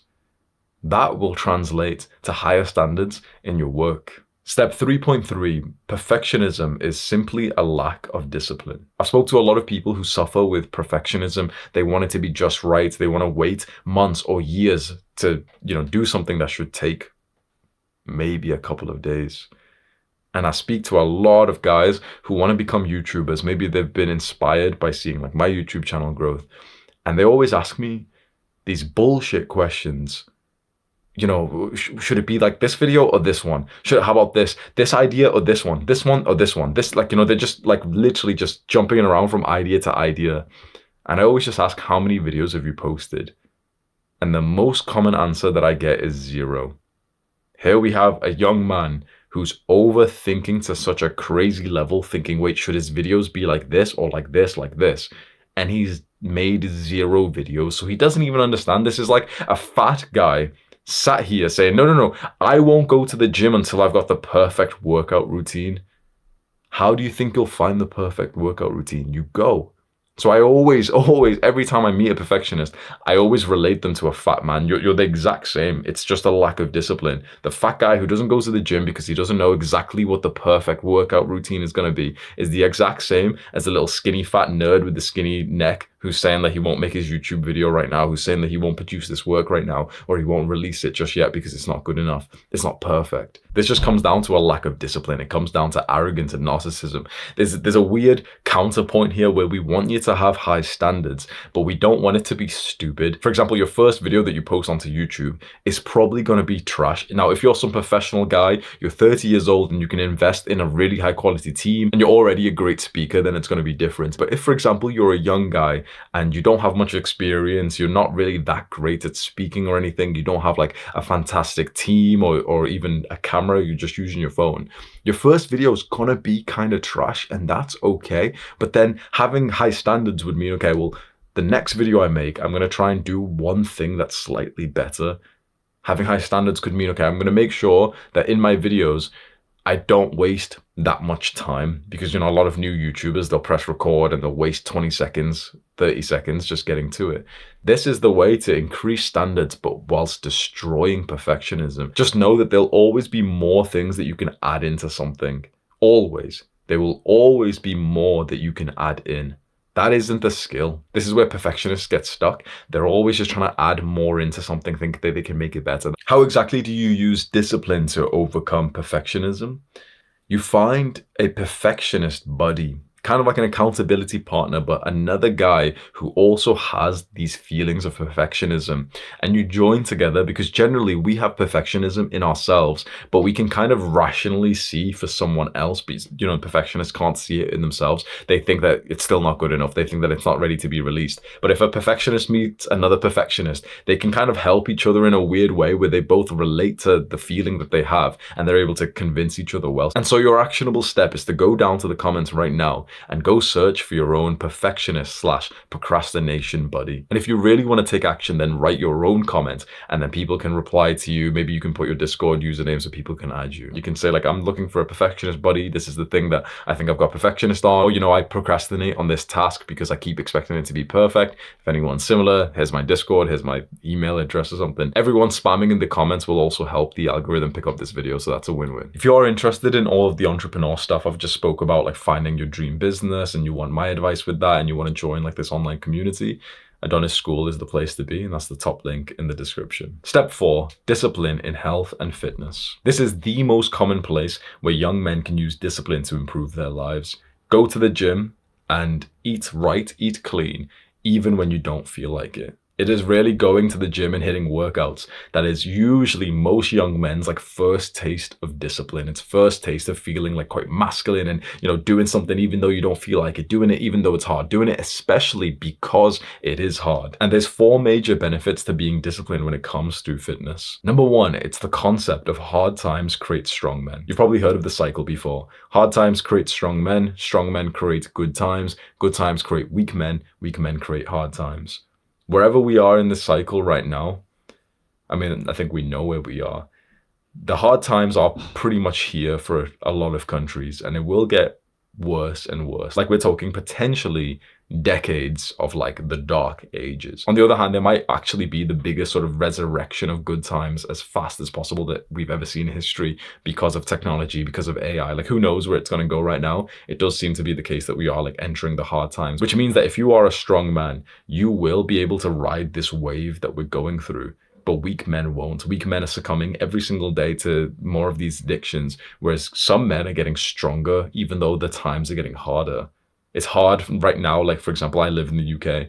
It's hard for an average man to be able to feed his family because of the cost of living crisis, that, you know, he's not making much money. The weak men will just kind of struggle with that and just keep struggling and complaining and ask for handouts. The strong man will figure out extra ways that he can make money and become more capable. It's how you use the situation around you. And going to the gym, interestingly, will help you with this. It will develop you into a strong man because you're putting yourself through hard times. Now, I've got to make a disclaimer. A lot of guys will not get this benefit because for a lot of people, including like fitness influencers and everything, they're too relaxed. They're too easy. Like, you know, their workout routine, their diet. I see like every now and then I'll see a video from a fitness influencer and he's having like 200 grams of sugar a day. He's eating like protein pancakes and he's put little like fucking chocolate spread over it or something. Like, is this the level of discipline we've got up to? This is the pinnacle of health, is these fitness YouTubers who are literally showing you like, oh, look at me, I'm having a snack, I'm having loads of sugar and stuff. Like, bro, like I said before, 100%, if you want to go out for like a nice treat every now and then, 100%, I love to do that as well. So, you know, I don't have like a 100% perfect diet. This is the pinnacle of health these days. This is like fitness influencers. 20 years ago, it was, you know, okay, way out, the white rice, the broccoli, the chicken, maybe a little bit too extreme. And now it's these guys who are like doing 10,000 calorie challenges because all the disgusting people just watch that content. It should still feel hard today. If you really want to level up, if you really want to get stronger, it should be relatively hard. Like I'm speaking directly to the guys who've been training for years now. Remember when you first started in the gym and how fucking hard it was? Remember how sore your muscles got in that first ever like arm workout that you did? You know, the first time that you did a bunch of bicep curls and the next day you couldn't even straighten your arm and you felt the same way about your hamstrings and everything, right? That was a hard workout. That built you strong. These days we do a full workout and afterwards we could work out again. Because even though our workout is like, you know, harder than it was before, our capabilities have risen. So we're no longer even in that level where we're challenging ourselves and becoming stronger. The same with dieting. Remember the first time that you started to diet and the first time you really made some progress in dieting, how like hard it kind of felt. Remember how much you used to think about this concept of eating less calories and eating cleaner, and it would like literally almost feel like a full-time job. And these days it might feel like way easier. You're just used to it. That means that sure, you're rinsing out the current benefits, but you're not growing anymore. You're not getting any stronger right now. Maybe you don't need to. Maybe you're already a super strong man. Chances are you're probably not, because I'm not. I've still got a long way to go. And if you're sat here like learning from me and I'm telling you as your teacher that I've got a long way to go, I think you should slap your ego and think, you know what, I probably do as well. So your diet and your training should feel hard today. I know that I'm doing this right when I'm in the gym and I really want to go home, but I have to like really like fight to stay there. Whereas I've had a lot of workouts over the last few years where I've just kind of, I've just done it. Yeah, it's hard. When you're pressing the weight and you're close to failure, it feels hard. But all in all, it doesn't like, it's not 10 out of 10 difficult. It's kind of like fun going to the gym. But these days, recently, just very recently, only for a few days, I've literally been in the gym and been like exhausted and tired. And it really reminds me of when I first used to go to the gym when like you couldn't wait to almost like leave. Like it was fun, but it was super tiring. And the same with my diet. I had to restrict it to the next level now, that now it feels like kind of like how it was when I was a beginner, and I can see the progress that I'm making. It's like I keep feeling this weird blissful feeling, which is like I can genuinely understand the concept of potential, of self-mastery. Because most people's fitness journey and the journey to be disciplined looks like this. Like that. Like it starts and they get, loads of progress, they're being really disciplined, but then out of nowhere it just starts to level off and they just kind of stay comfortable here. Even the guys who consistently go to the gym, if you've been going to the gym for a few years, I guarantee you've been pussying out. Guarantee that even though the gym, like you've been going consistently and the gym feels kind of hard, guarantee that you're not like progressively overloading, not just set by set, but just kind of workout and month by month of like, restricting your diet more, getting a little bit more extreme in your training. And people can say, oh, well, this is, restrictive diets don't work and stuff. Yeah, for pussies, of course they don't. For shallow breathers, of course they don't. But for superior men who want to become strong, this is the trajectory. It's like every single month, you slightly increase the level of discipline that you need for your activities. Most guys stopped 1 year into going to the gym and they just kind of like maintained that level. If you've been finding that you're not making as much gains recently, and we all blame it on like, yeah, it's noob gains, you make a lot of muscle when you first start and you don't make much after that. Maybe you've just been pussying out. Maybe you're not putting in the same level of discipline relative to when you first started. Because I remember when I first started and I found it incredibly difficult to diet and to train. And then for years, it was way easier because my skill level had went up, but I wasn't challenging myself anymore. So if you want like a little idea, for example, start adding in some cardio. Maybe you already do some. Go and track your cardio and do 100 calories every single day for the rest of your life. And every time you get onto your favorite cardio machine to hit 100 calories, try and beat your score from last time, like your time, for example. So you really like the treadmill, for example, and it takes you 10 minutes to hit 100 calories today. Tomorrow you go into the gym and you try and get it in 9 minutes and 30 seconds. Then the next day you try and get it in 9 minutes. Then randomly, 1 day later, you end up getting it in like 7 minutes. And it's like, whoa, that's really good. Then the next day it's like 8 minutes and you're really trying to beat the 7 minute again. But that was quite lucky. So you think to yourself, okay, I'm going to be, progressively overloading. I'm going to be smart. Let's try and get it on average like 8 minutes. Okay, 8 minutes, then 750. And you start playing this game. And now this is like an extra level of challenge. You're there sometimes in the gym feeling like, oh, I don't want to do the 100 calorie thing. It's stupid. Hamza was just, saying it lightly. I don't want to do it. That's exactly how we felt when we started going to the gym. You wake up the next day and your legs are sore and you've got that like pain, heavy feeling in your Achilles tendons and your calves. That's exactly how it felt when we first started training. Now you're like being as disciplined as you was back then relatively, and you're becoming stronger. The second benefit of being disciplined in fitness is the physical and mental health. That's going to translate over to better work, relationships, happiness, and love. And the third benefit of being disciplined in fitness, of course, is getting into shape. Tristan Tate was on a podcast that I watched a little while ago, and he was asked what's like the number one tip to look better in a suit. And he ended up saying it was just get into shape. It wasn't actually about the suit or the tailor or the style. If you're in shape, you look good in clothes or without clothes. Finally, the fourth benefit to being disciplined in fitness, eventually it becomes fun. If you keep going and you have this playful mindset, almost like you're playing a game, you're trying to beat your high score and you're trying to, get the high score for the bench press. You're trying to get the high score for how fast you can burn 100 calories. That will soon turn into you genuinely just enjoying each and every gym session. And it becomes such a beautiful, enjoyable, and important part of your life. A lot of the guys who have been going to the gym for a while will know this. It really integrates into your personality and you start to love being an athlete. Like it adds to your self-image that you are this healthy person who's able to delay gratification, who's able to, think for the future, who's able to enjoy the hard work, the exercise, the sweat, the discomfort, the pain, the sacrifice right now. And I think that's beautiful. I think it adds a lot of flavor to your life. Step 4.1, destroying depression with discipline.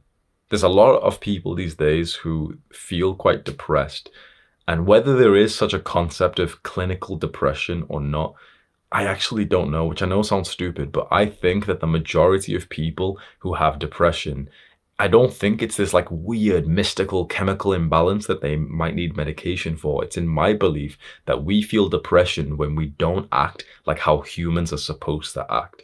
Now, you remember being a child and how playful and innocent and beautiful the world used to be. And I'm not talking about being a teenager, but I'm talking about actually being like a pure child. Remember when you used to climb trees and you used to jump over puddles? Like, remember when you used to literally just lie down in the grass and you just kind of like look at the individual blades of grass and you'd see tiny insects and you'd play with them, maybe you'd kill them, right?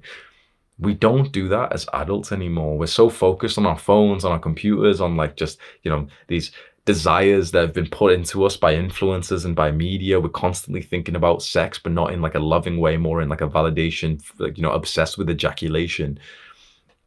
So we live this like shallow life, this dirty, shameful life as adults, and we wonder why we don't feel like happy, playful children anymore. So a lot of people believe that depression is something that they can't change. I'm depressed, I need medication. I think the issue from my understanding with medication is that it's not going to cure the problem. There's a reason why you're depressed. The medication just kind of masks the symptoms and kind of like makes you feel a little bit better, like a bit more mellow today. Antidepressants kind of take off the sort of extreme high and the extreme low. And so you're in this weird gray androgynous zone. And I'm not sure if that's the best way to go about this.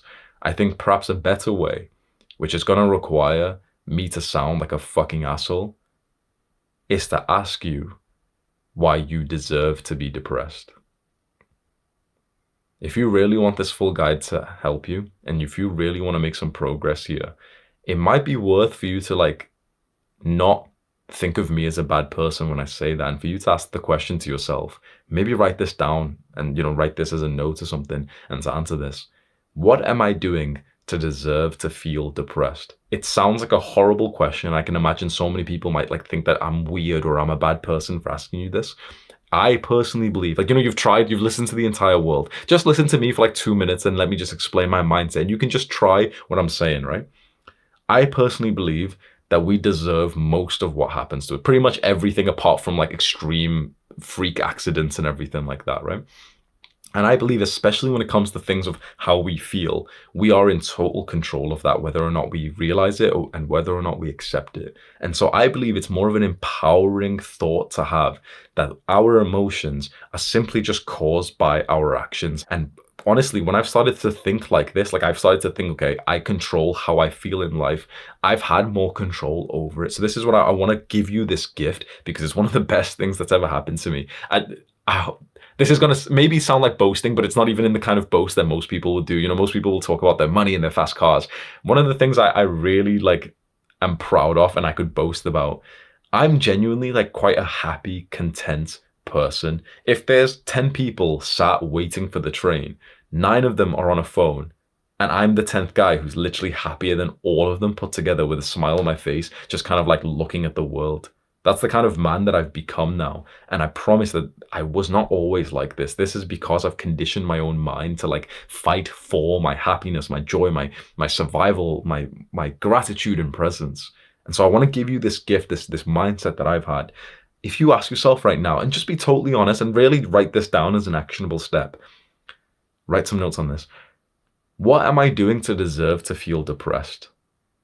Just write bullet point some ideas, and your lizard brain might pipe up and say, oh, nothing, it's just what my doctor told me, it's just, it's genetic and stuff. But just ask yourself, you don't need more education or anything. Just ask yourself, what are some of the actions I'm doing that probably leads to this? And you could probably write 100. Let's just be honest. I wake up late. I'm sleep deprived. I don't drink enough water. I wake up and the first thing I do is grab my phone, even though I shouldn't. I watched an Andrew Huberman podcast where he said that you should get sunlight in the morning, and I don't do it. I wear the same clothes and they're dirty and they stink, but I just throw them on the floor, then I put them back up and I put them on. I have no respect for myself. I haven't groomed in a while. I missed quite a few days of brushing my teeth. I haven't played anything other than stimulation and porn and destructive habits. I've been addicted to these habits for a very long time and I've been unable to quit. I eat a very poor diet that my parents probably conditioned me to eat. You could write a massive list of reasons, of actions that you're doing which are contributing to you not feeling good. Now please try this. On the other side of the page, or maybe just below it on a PC, write, what activities and tasks was I doing as a child when I felt really happy? And if you've got some memories, you can just replay them. I was spending time with my brother. We would listen to peaceful music and we would play Yu-Gi-Oh! Like a card game. We'd play cricket in the back garden and we'd make up games where one of us had to be blindfolded but still hit the ball.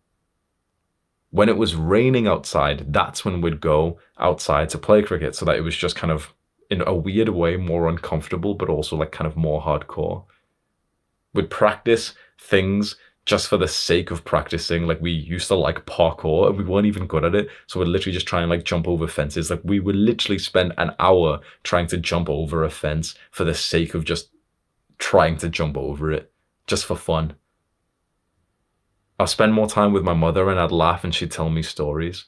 My dad would teach me maths. I would spend way more time playing outside with my friends. The things that we would do before mobile phones was very enjoyable. We'd just go to like parks and literally would just jump over stuff. I swear childhood was just about jumping over stuff. We would climb trees and I'd be in awe as my dad could climb like the biggest tree ever and I could only get to like the second branch. I'd purposely jump into a muddy puddle and get it all over my shoes, and my mum would be angry at me, but it was really fun.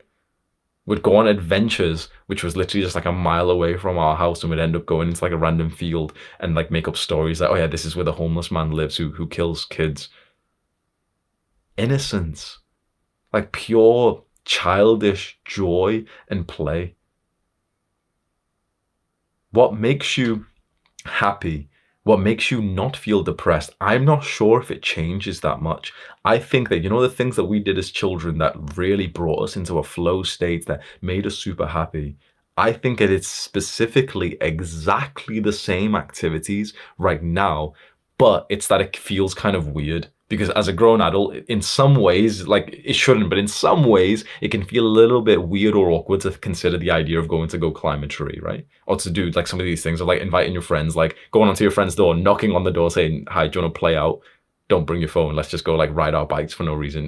Hey bro, do you want to go jump over stuff? Right, there's a level of like, oh no, that's not what adults do, this age. Like, yeah, we can go to the gym and that's kind of nice, but that's about it, right? And any other kind of playing is just online these days. It's video games and everything, right? I have an actionable step, just something peaceful for you to try. Take one activity that you can remember that you used to do as a child, that used to be kind of fun and maybe exhilarating, and start doing it today. Climbing trees. Like, when was the last time you climbed a tree?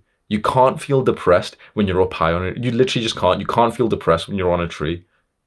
When you go for a run or for a walk, right, and it's been raining and there's a puddle on the floor, you can't feel depressed as you try and jump over the puddle, and you could kind of laugh at yourself because you didn't make it and you got it all over your shoes. You can't feel depressed when you're doing that.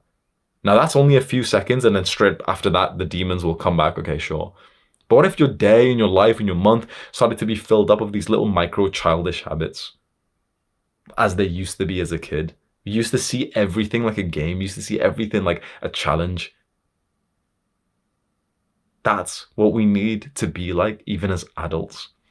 It's only, I wouldn't say Western, but it's only in these like these somewhat modern countries where people think that to be an adult means to be like this stuck-up person who maybe doesn't smile so much unless it's socially appropriate, who acts like everyone else, who doesn't act like a child, and so we wonder why we feel so bad. If you go to some other countries, not so much countries, but if you go to especially tribes which have been like quite untouched by modern civilization, you'll see the adults will literally dance for like an hour or two every single day. They'll do things which are fun for the sake of doing things, just for fun. You can almost picture right now if like a YouTuber, or let's say if I did like a vlog with some like African tribe, you can imagine the kind of ones I'm talking about where they've all got like feathered headdresses. They make them. They spend an hour picking like feathers from chickens and whatever, dyeing them just because they're like, oh yeah, there's the yellow feather, and that's fun for them. Then they're there, like, you're doing their dance and everything, and they're having a good time. And here we are thinking that, oh, yeah, adults shouldn't dance. Yeah, that's awkward. I feel embarrassed by that. Back to work, or back to my video games. So I invite you now as an actionable step to use discipline, because it will require discipline. You will have a lot of limiting beliefs about this to think, nope, this isn't going to work. Nope, this is going to be cringe. Someone might see me. Going to be cringe. Going to be awkward. Going to be uncomfortable. I'll go back to my video games. Hamza doesn't know what he's talking about. Depression can't be cured. Maybe you could be thinking that. But remember that I'm on your side here. And if your brain is literally arguing against like us, and it's saying, oh, no, we can't get any better. Is that really your own brain, or is that like fucking evil, demonic conditioning that's inside of you? Because your own brain should argue and fight for you, shouldn't it? So what if you can just manually input the thought into your brain right now? It's worth a try. I remember being a kid and climbing and doing silly stuff, and it was always fun. Yeah, I could go try it. And maybe you're literally starting to think logistically of where you could go around your area. Okay, where could I find a puddle or a tree to climb up? The easiest way to start in a way that doesn't feel awkward like at all, which is how I started my mental health journey, was long distance running. By long distance, I don't even mean like long distance. For me, long distance was like 2 kilometers or something.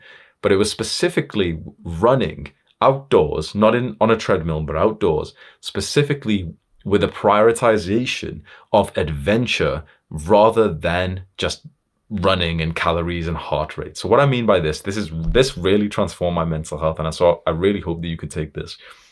I started running, but instead of me just trying to follow the route and running on the road and everything like normal people would do, I ran with cardio being like the second thing I was running for. The first thing I was running for was adventure and exploration. So I would specifically and purposefully run into places that I just wanted to see. So, I'd like imagine, okay, here's kind of like the road that everyone would be running around, like, this big estate where I live, okay? Here's the road. Everyone just runs there. Instead of just following the same road as everyone else, I noticed that there's almost like an alleyway, like not like a dirty one, but, just like a small road or something to the left, which is very close to my house. And it just occurred to me, like, I've never been in that street before. So I run down there. It's a cul-de-sac, which means you literally just have to run back out, right? But it's kind of like I just took it in for a second, and I couldn't help but to imagine, the game Grand Theft Auto, when you look at the map and the map is all like kind of blacked and dark out up until you kind of discover it, then the map's got light. And I couldn't imagine like my own city being like that, like this dark map with a few areas really brightly lit. And there's a few dark spots, like quite a lot, literally so close to my house where I've lived for so long, which I've never even seen. Because we've always just thought, oh yeah, well, it's probably the same. But our eyes have never even witnessed something literally like 2 minutes walk away. We've never seen a specific house before. We've never seen a specific, like, car and the front garden before. There's some places you've not seen which are literally just minutes away from yours. And if you allow this like fantasization to build up, this feeling of wanting to explore and adventure, and just go out today, maybe on a run, for the purpose of literally just like exploring your local area, going somewhere new, and almost looking at it like in awe, not focusing 100% on the run, but getting somewhere and like looking around, smiling and seeing like, okay, I've never seen that person before. I've never seen the house before. Oh wow, I didn't realize that they had a big oak tree here. This is what we used to do as children. So I want to ask you, when was the last time your shoes got muddy on purpose? When was the last time you genuinely on purpose jumped into a puddle just to like get wet and dirty? When was the last time you genuinely went out and had a snowball fight? Or that you climbed a tree? And if you think that this is lame, the thing is, big, macho, successful, these masculine men that you see online, they're doing it. Andrew Tate's playing with his daughter, and he's probably like goofing around with her. Jocko Willink, Bear Grylls, David Goggins. These are all guys who have got long-term partners who are playing with their kids every day and probably fooling around with them and laughing and playing hide and seek with them. Guys who have got fucking triple hour levels of testosterone. Guys who have literally been like military and successful business and kickboxer. And here they are literally playing more than we are because we're sat here trying to be too like masculine for our own good. Thinking, yeah, like, oh yeah, no, business, yeah. When the best businessmen are literally playing. Step 4.2, starting the gym. So you can skip this section if you've already consistently in the gym, but this is specifically for the people who haven't really signed up for the gym yet, or maybe who have got a gym membership but aren't going consistently, and you're trying to figure out, okay, how do I actually start? I know it seems like a simple topic of literally just joining the gym, but I kind of needed a guide like this when I first started. Very quickly, the way to join a gym is that you'll go onto Google Maps or onto like just Google, and you'll search your area, so your city, and just write gym. And you'll start to see the map of where all these gyms are, and you just want to pick the one that's closest to you, see its opening times, and you can usually just literally just turn up and you can buy it there, or you buy it on the website and it'll say, the monthly membership, the yearly membership. Just do that. And to actually get started in the gym, a lot of people do have that kind of perfectionist mindset of like, I don't know what workout to do. Yeah, maybe I'll start in 2 weeks. And there's a lot of things that just are stopping you from starting right away.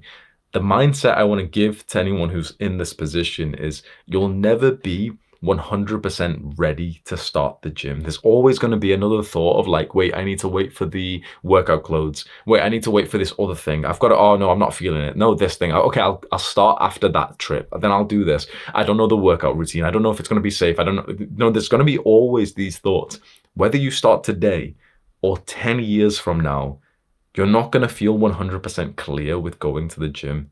You'll only feel that after you've already been to 10 or 20 workouts. So what I mean by this is you specifically need to start going to the gym even though your brain isn't 100% convinced that right now is the time. Which is powerful because now no matter what bullshit your little lizard brain, which is probably more of an enemy than a friend, let's just be honest, is telling you, you can just go anyway. Literally just tell yourself like, well, I'll never be 100% certain. So whatever bullshit's telling me, it's like, just shut the fuck up. I'm going to sign up right now and I'm going to go for my first workout. And you might think, oh, well, what's the workout going to be? You don't even need to know because I want you to think about the concept of exposure. And what we just talked about with destroying depression, with discipline, and that concept I spoke to you about, like the Grand Theft Auto map being kind of blacked out up until you experience something. The exact same thing is true with exposure to like how the gym works. Because right now it's like the gym in your mind is this kind of like black, kind of dark beast that you can't see. You can't understand it.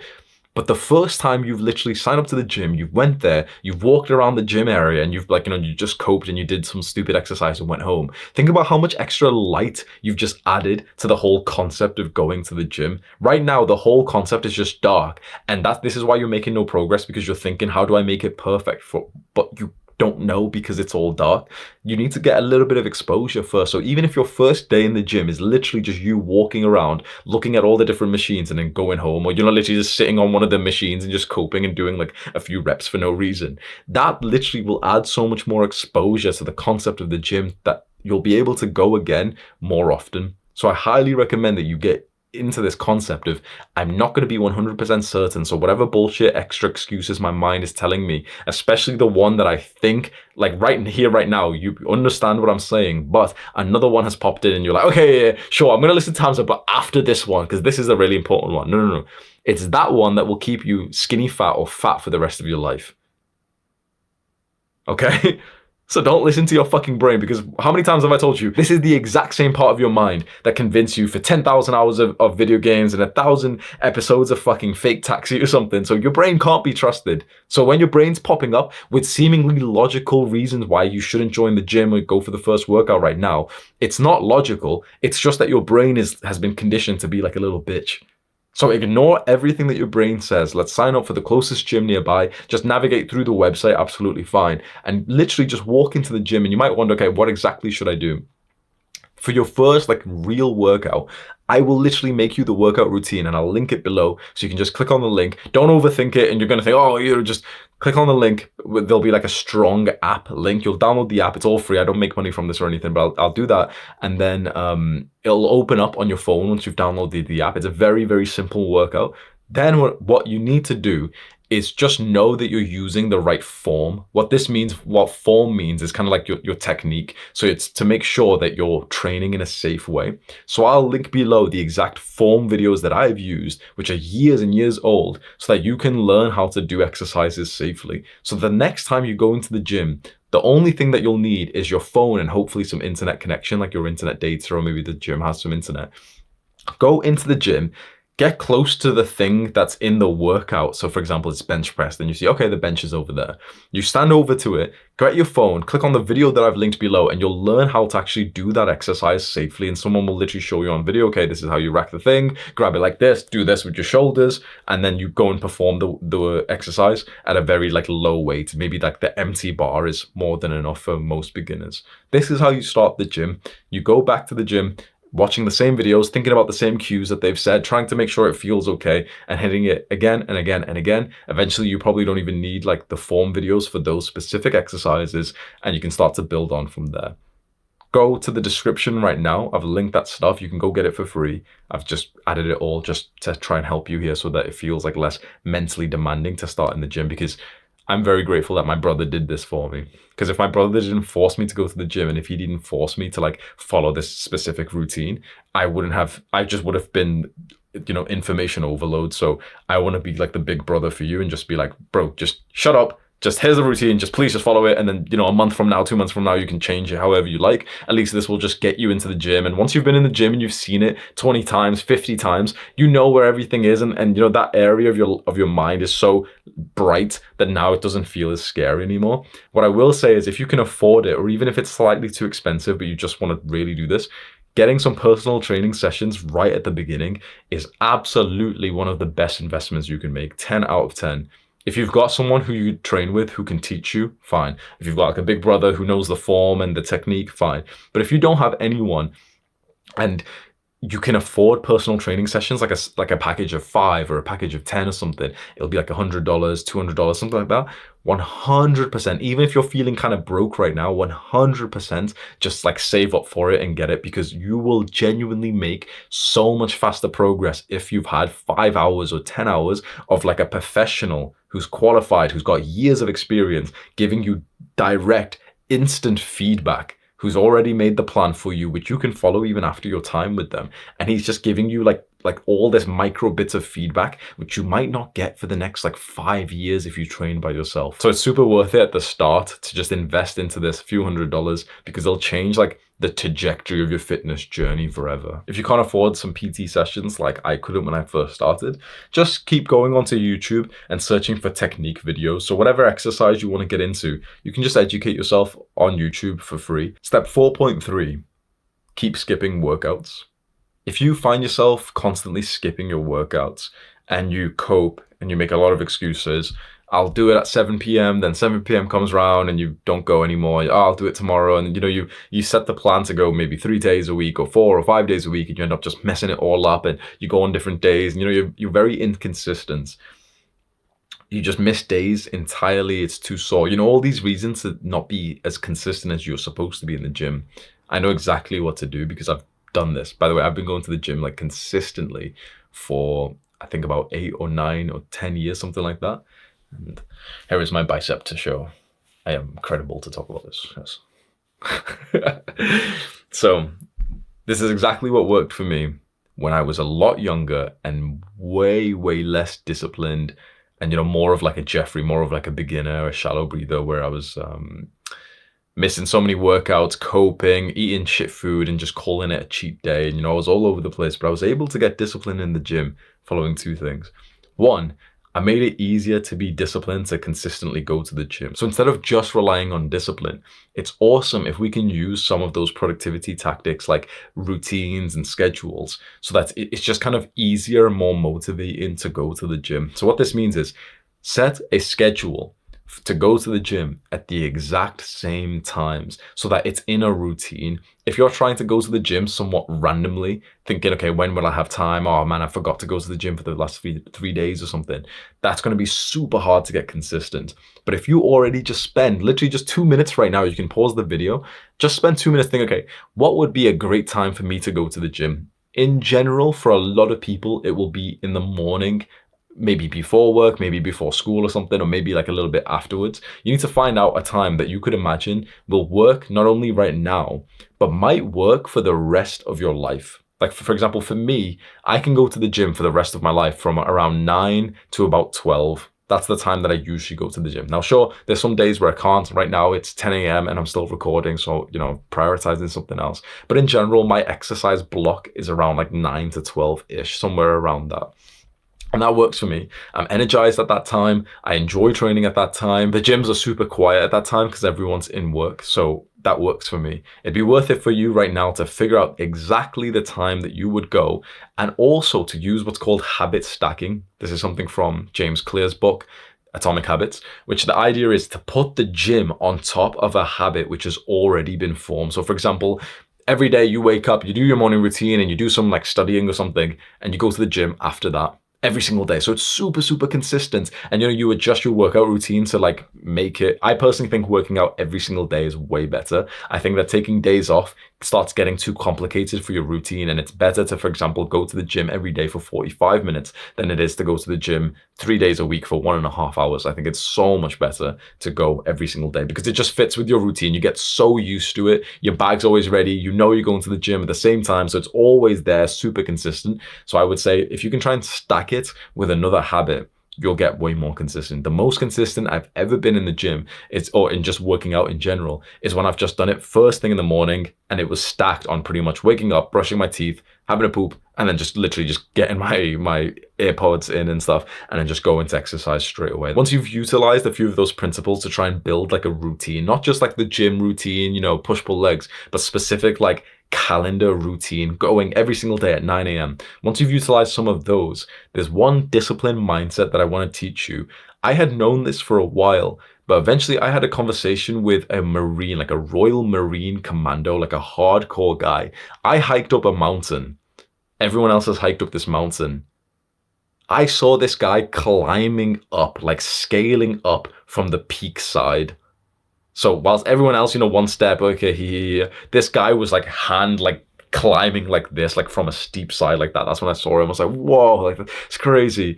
That's why I asked him, what he does. We ended up speaking, and I ended up speaking to him on a podcast, which is very old, but you can have a look. If you just search like Hamza Marine Commando, it'll probably come up. Very, very old, like 2, 3, 4 years old. And he ended up telling me the exact same thing that I had been sort of following in my mind, which was really interesting, where he said, it's all about taking it one step at a time instead of looking at the entire battle. What I mean by this is when we don't feel like going to the gym, it's often because we're thinking about how big and scary and painful and uncomfortable the entire situation is. Let's say right here, right now, I'm sat here in my shirt, my shorts and stuff. I'm kind of cozy.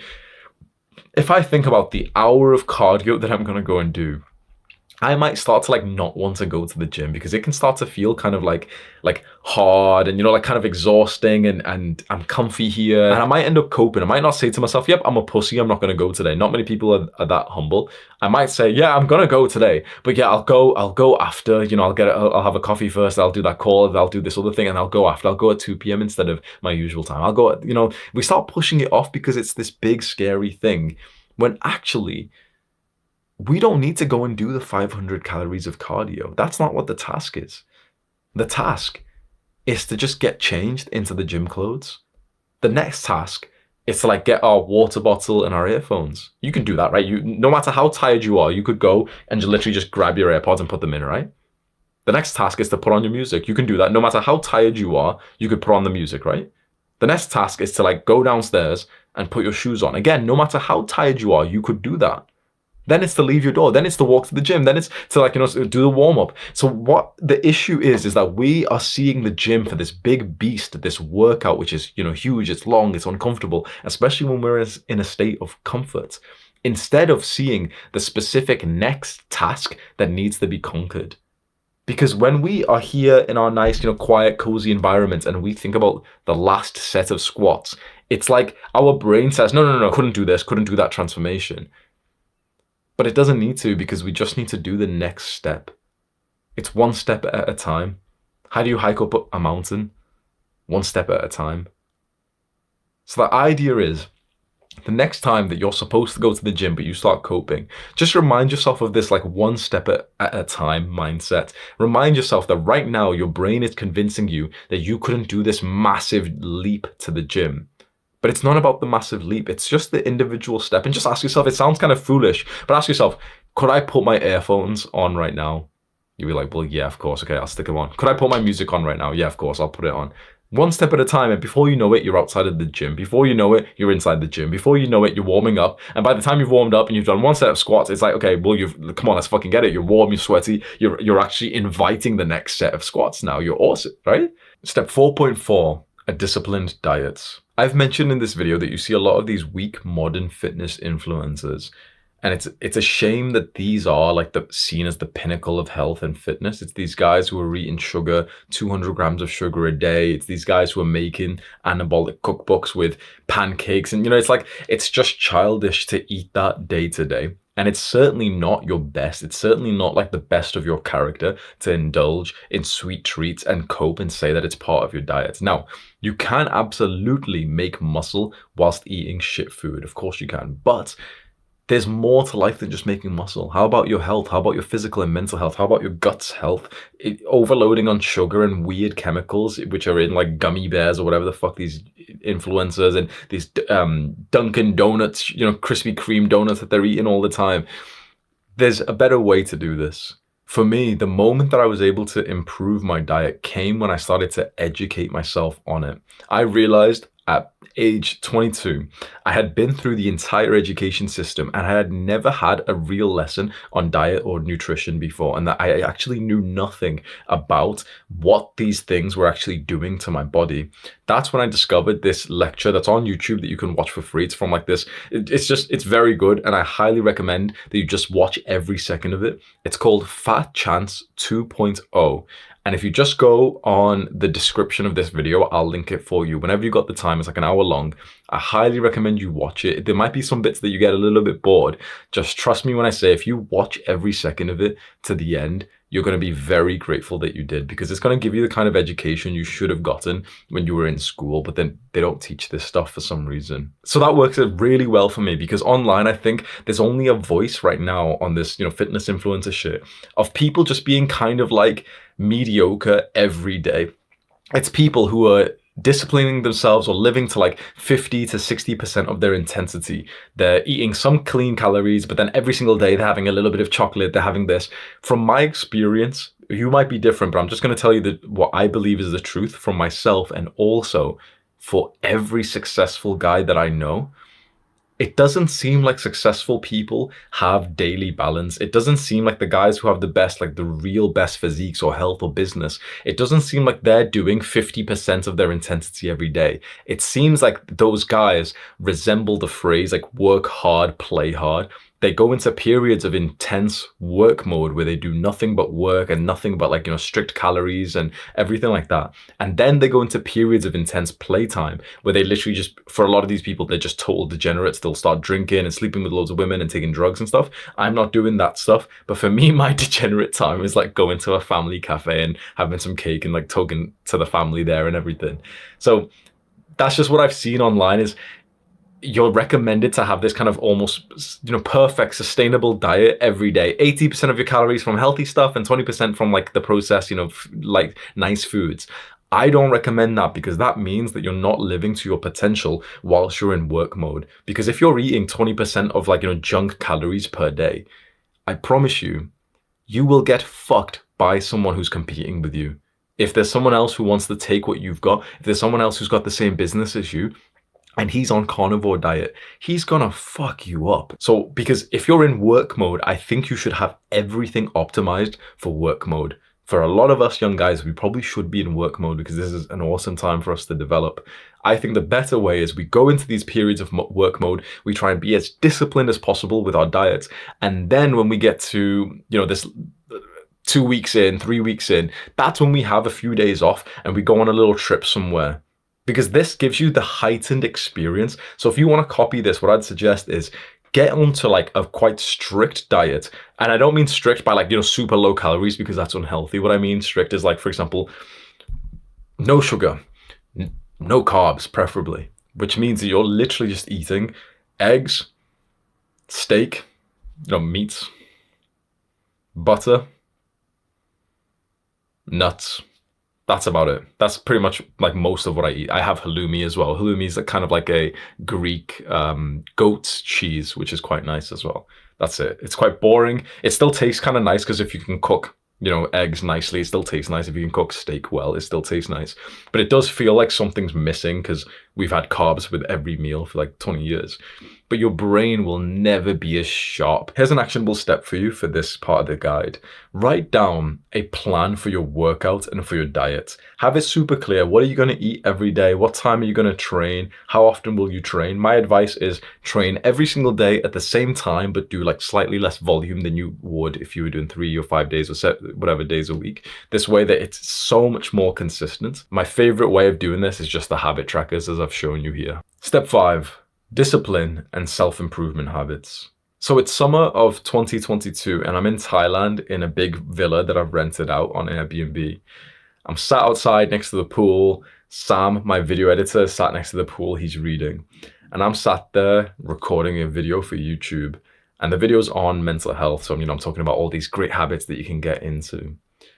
Eventually, I end up finishing the video. It's pretty good. I'm proud of myself. Here we are in a different country being digital nomads. And I've just done this deep work task that's probably paid for the next few days of our stay, which is awesome. And as I press the sort of stop button on my camera, Sam looks over to me and he's almost like smirking a little bit. And he says, Hamza, do you still meditate? Because you mention it in all of your mental health videos, but I've never seen you meditate before. Straight away out. Yeah. I meditate in my bedroom every day. I'm lying. I used to meditate every single day for an hour. I was known as the meditation guy. But at this point, I hadn't meditated for the last year. And yet I was still known as the meditation guy because I would speak about it so often. And I hadn't even told anyone on YouTube or anyone who knew me that I pretty much like quit, or not that I quit, but that I just kept on slacking and that I wasn't consistent at all. I'm teaching all of these young guys around the world of all these habits like meditation, and I don't even do them myself. And so I'm feeling like a fraud. Sam's words plagued my mind for over 6 months whilst I was trying to get consistent in meditation again. And I kept on failing. And eventually I realized why. So only just a few months ago, I realized why I kept on struggling to get consistent in meditation again, even though when I first started, I got super consistent. I was doing it for an hour a day, but then I missed it for over 1.5 years. And I realized for me, it's because it wasn't in my morning routine anymore. You see, for the last year or so, I've seen a rise of a bunch of YouTubers and influencers who almost mock the self-improvement habits, who mock the idea of like a morning routine. And, they think it's kind of cringe or weird. And, there's been a culture online of people kind of saying that this stuff is like, it doesn't work or whatever. But then, of course, there's been a culture online of like more qualified people like Andrew Huberman saying that this stuff, of course it works. Cold showers, of course it increases your dopamine. Meditation, of course it increases your focus. But I got influenced by the people who were kind of disrespecting the self-improvement habits and, saying that, morning routines are cringe, CEO morning routine and stuff.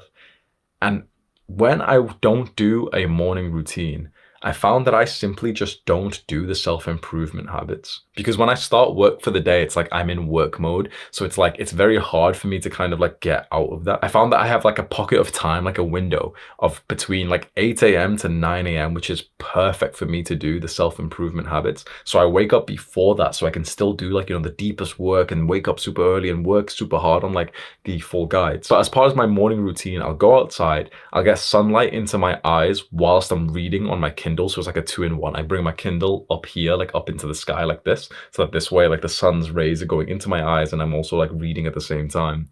Then I'll come in, I'll go for a cold shower. Then I'll straight after the cold shower for 2 minutes, I'll meditate for 20 minutes. Then I'll do gratitude journaling. Then I'll do death meditation. I'll do double deep breaths. I've got a bunch of things in my morning routine. It takes me just under an hour. And people find it like sad for some reason, which I don't get why, because it's very wholesome activities that genuinely have changed my life forever. I stopped meditating for a long time and my anxiety, like level of intrusive thoughts really shot up. Like I really started to feel how I used to feel for most of my life, which was new for me because for a solid year, I almost forgot what it was like to feel anxious. And slowly those anxious thoughts started to come back and I wasn't so conscious as to why. And it was because I just stopped meditating. This is all about the concept of progressing 1% every single day. You've heard it before, be 1% better. That actually comes from this Japanese philosophy, which is called Kaizen.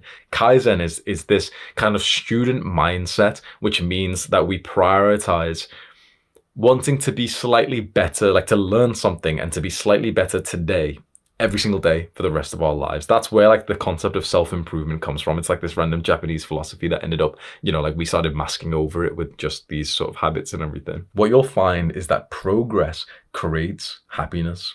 When you are consistently progressing in your development as a man, you will consistently feel the emotions and mood of happiness every single day. When you stop progressing, that's when your life starts to turn quite gray and dark. And let's say, for example, you stop progressing with these self-improvement habits, but you're still getting more results, like you're making more and more money. It does nothing. Telling you from my own personal experience, I was happier when I was totally broke, but I was meditating an hour a day than I was when I was living in Dubai and I was making like 40K a month. Because when you live like that, like this is a separate point, I guess, but when you've seen this lifestyle that's been promoted to you by the media, the influencers and everything, right? When you live that kind of lifestyle, people only show you the glamorous part of it. But almost like what I found is when you sacrifice these wholesome habits, like reading, like meditating, like journaling, and you start to make a lot more money, you still don't feel happy. You don't get as much power as you think you do by the pursuit of wealth. Instead, the power comes from the exact opposite, which is needing less. The power and happiness and joy and fulfillment and success doesn't come from achieving your desires. It comes from destroying the desire in the first place. Soon I'll have a full guide on willpower, and willpower is that habit that we said is resisting the bad desires.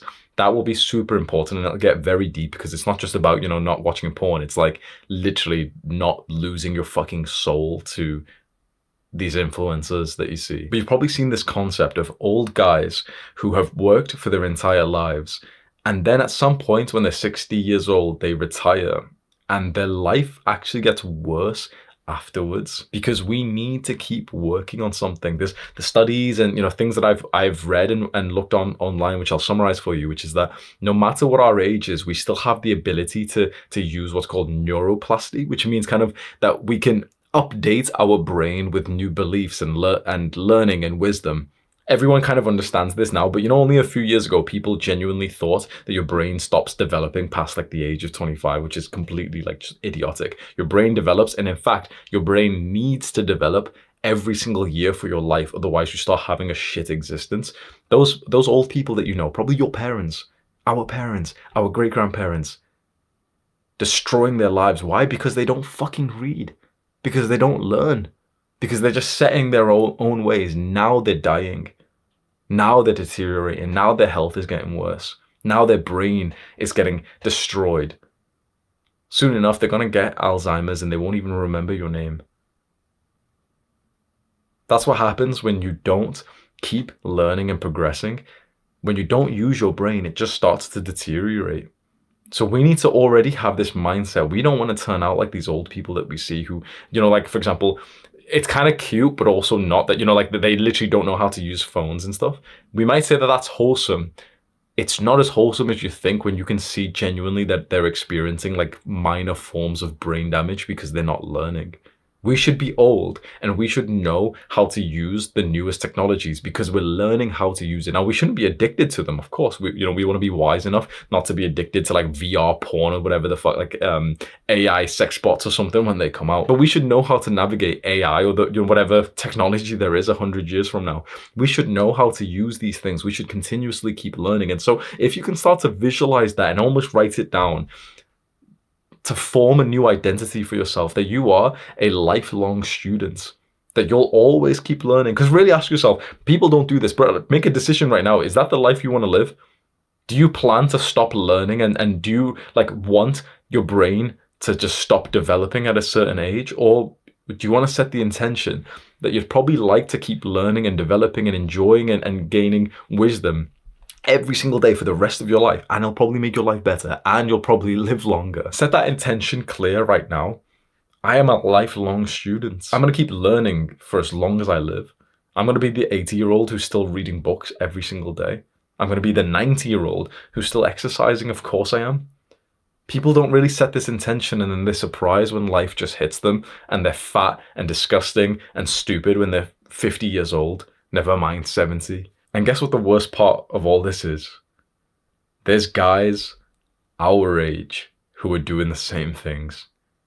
There's guys our age whose brains and bodies have already started to deteriorate. Not even 70 years old, not 50 years old. At 20 years old, 25 years old, they're literally poisoning themselves with alcohol every week. They take drugs, they're sleep deprived, they're fucking up their brain and their dopamine receptors. They're taking medications, which they don't even know the side effects of. Content consumption and porn and video games. Shit, disgusting food destroying their gut. Wondering why they feel like shit all the time and why they have to cover it up with more and more substances. There's people our age who are already like acting as if they're 80 years old. Like they've got like, you know, no time left now. You may as well just like slowly start killing yourself with substances. They're destroying their brain's ability to think and to learn. And these same people will complain when you make more money than them. And they'll say, oh, we should tax you. We should steal money from you. We should eat the rich. That's what they'll say. But they literally wear necklaces and they literally wear, these types of people, I know them, okay? They literally wear necklaces, which has like a little small metal spoon, which is what they use to fucking key ket. Like key ket is a phrase where like there's ketamine, like a fucking party drug in the UK.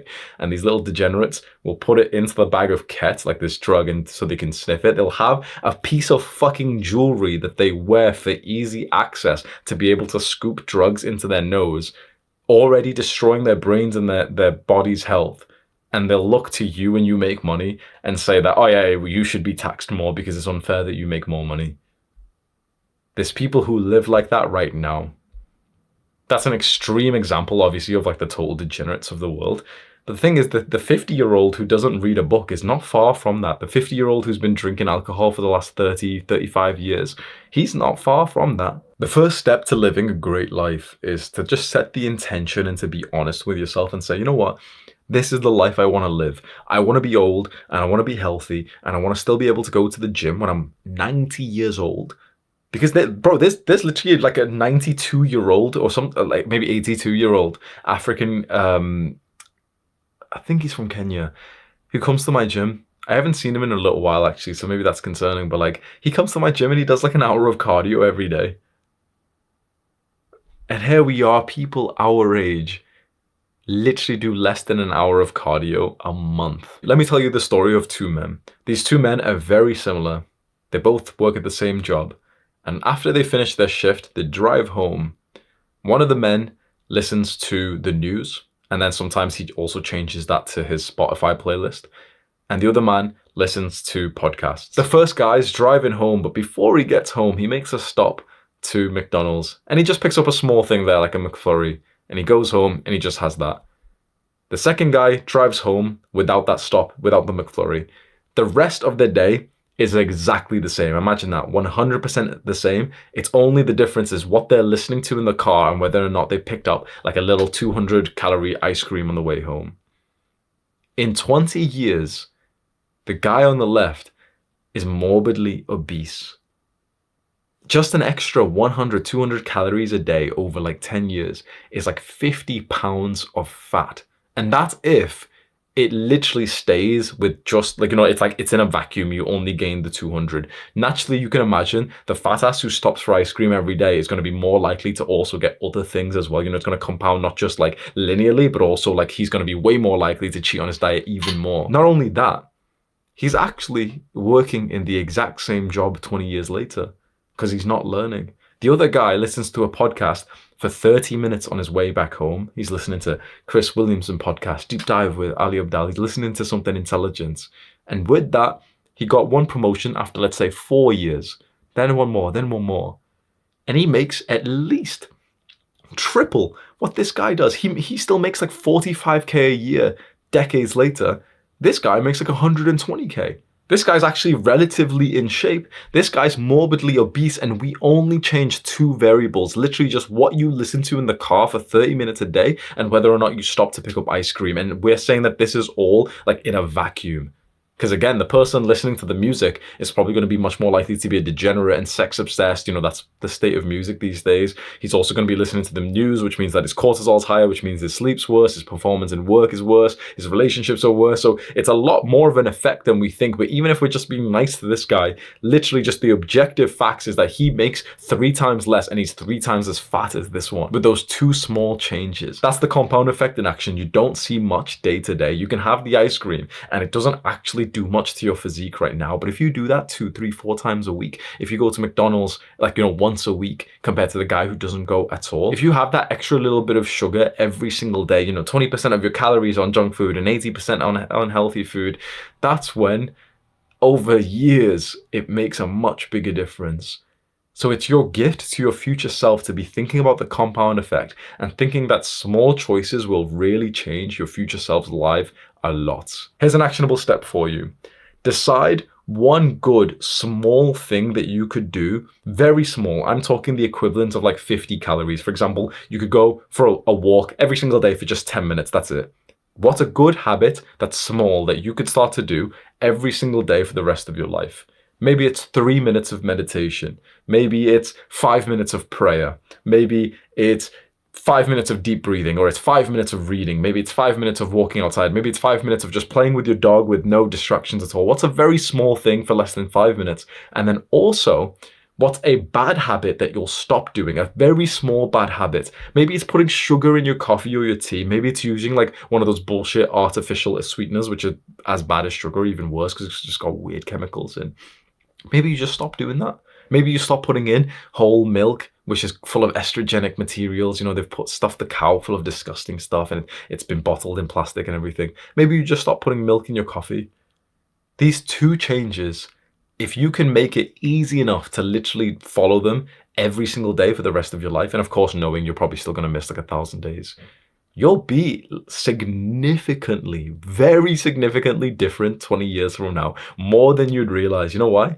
Just if we do the math, that literally just, the splash of milk that you put into your coffee is like 30 calories 50 calories, right? If we just do the math that if you had that every single day for 10 years, for 50, like 20 years, 30 years, there's the difference of like literally 50 pounds of pure fat. But, and never mind the estrogenic, testosterone killing effects of milk and everything. But also we know that one decision often leads to the next. And so if you stop, for example, putting in artificial sweeteners, like 2 grams of sugar in your coffee every single day, because of the impact of that, you'd be more likely to create another really good change and another one and another one. And you become so different. I want to give you some hope. Now, I'm a little bit older than a lot of the guys who watch me. On average, our audience is quite young. It's like 16, 17, 18, 19, 20 years old. I'm 26. I'm telling you right now, by the time you get to about 25, 26 years old, that's when you really start to first see the difference between you and the men your age. When you're 18 years old, you don't see much. A lot of it's actually quite based on like genetics and early positive feedback loops. There's an absolute imbecile who's more popular than you and might even make more money than you when you're 18 or 20 or 21 years old because they got the positive feedback loop. There's a guy who's kind of attractive, but he's kind of like brain dead and he doesn't even work hard and he's getting more girls than you when you're 16 years old or even when you're 21 years old because he's got nicer hair, he's got a jawline, he's like more attractive.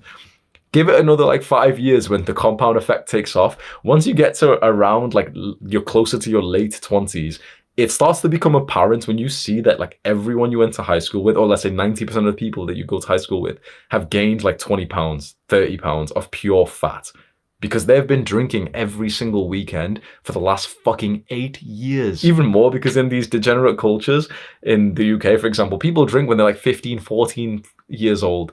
So people my age have been drinking most weeks for about 12 years. Now, I'm still guilty of this because I drank heavily for a few years when I went to university and I was a degenerate and everything. But for the past few years, it's been very minimal. For the last 7, 8 months, it's been absolutely zero. The compound effect is showing in my life and the people that I come across. And I think this is just the start. I wonder what it's going to be like 5 or 10, 20 years from now. I'm a patient guy. 20 years from now, what's it going to be when I'm the guy who I meditate 20 minutes every single morning. I don't miss it anymore. What's that one change going to lead to 20 years from now? This is what excites me of like the future of being on self-improvement, of watching stuff like this, of implementing these small things. If you are a long-term thinker, which you probably are if you've watched, like 2 hours of this video so far, there's a lot of power in these small changes. And I know that, we shouldn't be in the vibe of looking down at other people, but you can't help but in a way feel sad, but also in a way just feel super fucking happy that you're part of the enlightened group who understands the compound effect of self-improvement, of Kaizen, of progressive overload. Because the people that you've went to school with don't. And if you're younger than me right now, it's going to seem like this stuff isn't doing much because they're better than you in quite a lot of ways. And the difference will be fucking huge. And that's the start. Then every year after that, that's when, because the compound effect starts becoming exponential. That's when it starts to show. And it's like suddenly they're 35. They've actually got like serious health problems. They've had their first major health scare right now. And here you are in the best health of your entire life because you've been improving your sleep for the past 10 years, 15 years. You've been exercising consistently for 15 years. You've been trying to improve your diet. You quit porn fucking 14 years ago. Compare that to the average guy who 10 years from now is literally going to be addicted to the most unreal sex bots available.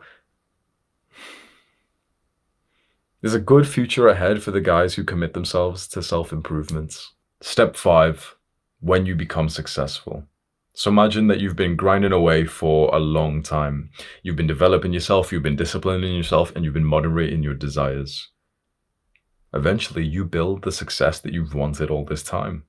You build the physique, you get the girl, you make the money, you get the status. This is where discipline matters most.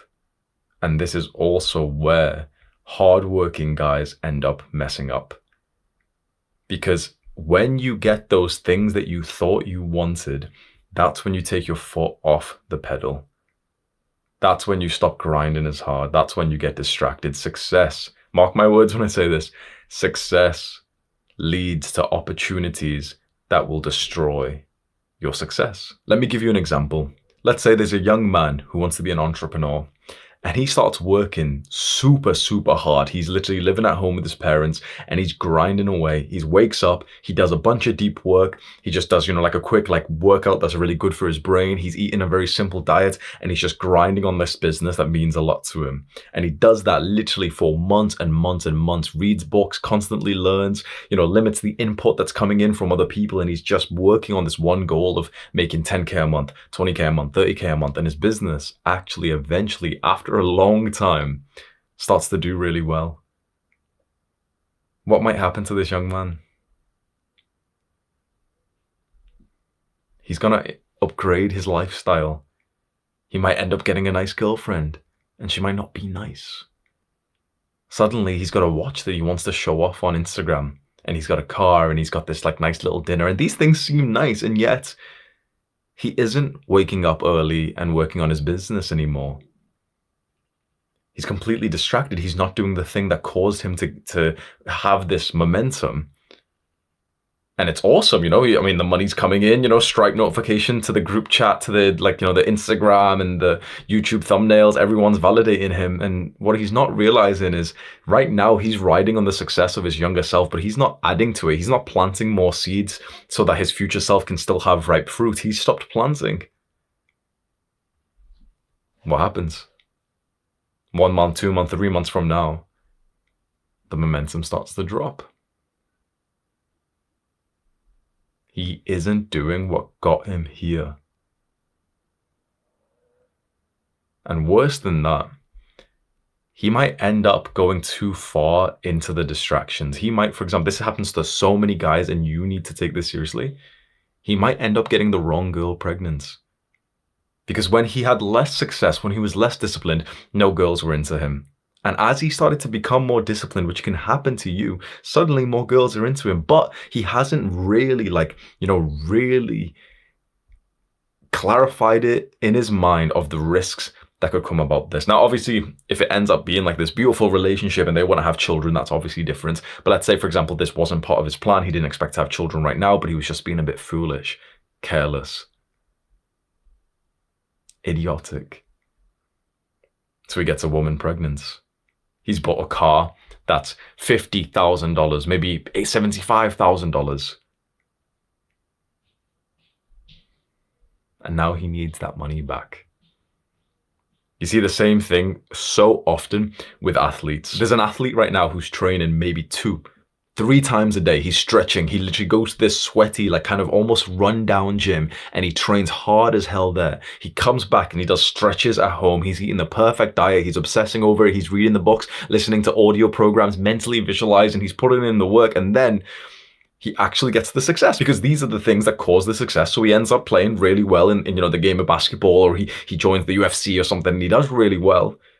But then the fame, the women, the parties, sex, money, opportunities, all these things that he thought he wanted, they come into his life and he starts to indulge. And then you see pictures of Conor McGregor and he's there, drinking, he's at the party and everything. Everyone wants to take pictures with him. And what happens? Because whilst he's there, staying up late, there's another athlete who's still in the sweaty gym, who's still coming home and stretching and then going back to the sweaty gym after that. And what happens when these two men compete with each other? The guy who's still focused, who's still disciplined, is going to destroy him.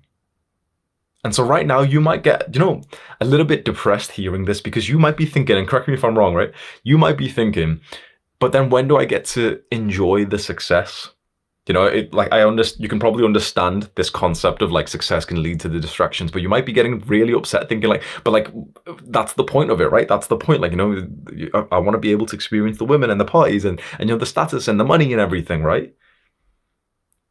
Again, this is when you may realize, if we have the maturity to be the enlightened ones, that the reward for discipline was never the material success.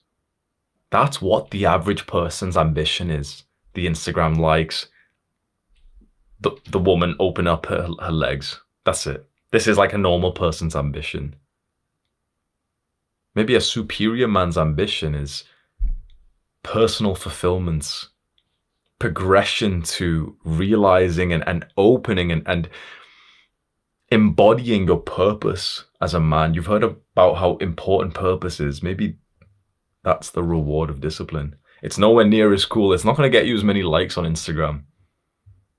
But it will mean that you will die with a smile on your face rather than the man who looks back and thinks, man, I could have been the champion, and yet the cocaine and the pretty women with fake titties got me. Just like every other stupid man who becomes successful.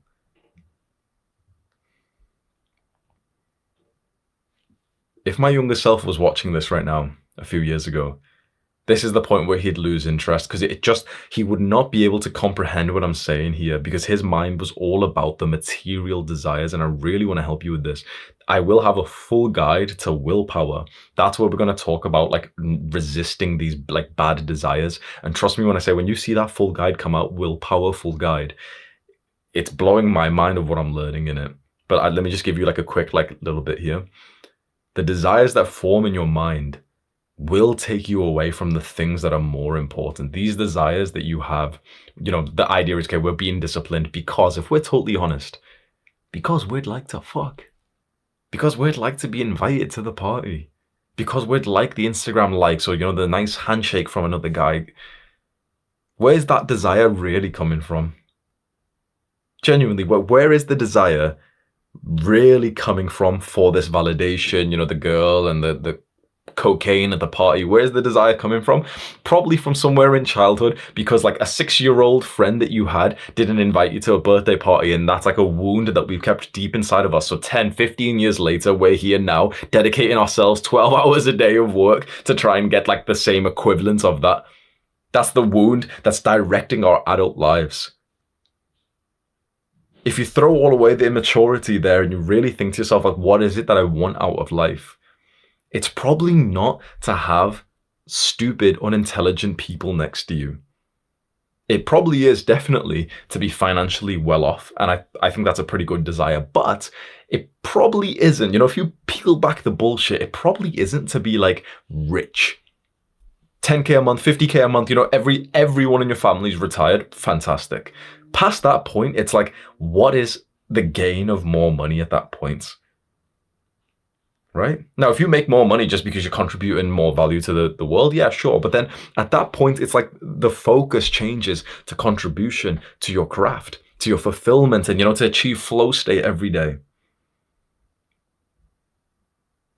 But a lot of guys get distracted when they get here. You can choose to stick at the level you're at right now and to enjoy that level, or you can twist and you can actually reach for the next level of discipline, the next level of dedication and sacrifice. And this seems so weird, right? So you could get to a point, let's say you've got a 6-pack, you're making 75K a year. There's girls on Instagram who are messaging you first. You've got nice hair. Like, genuinely visualize this. You literally get a notification on Instagram where there's that autistic rating, but there's a 6.5 girl who's in your city who's literally messaging you flirty. You could probably bang tonight.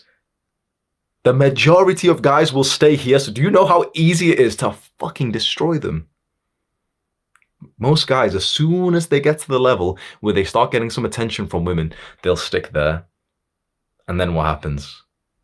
The 6-pack turns into a 4-pack. The 75K a year in their business starts going down because they stopped doing the thing, waking up early, being dedicated, meditating and everything that got them there. You know, one night off, of course, is absolutely fine. But when you're consistently 2-3 nights a week, you're waking up late because, you know, that girl came over again and you had like some wine or alcohol or sugar with her.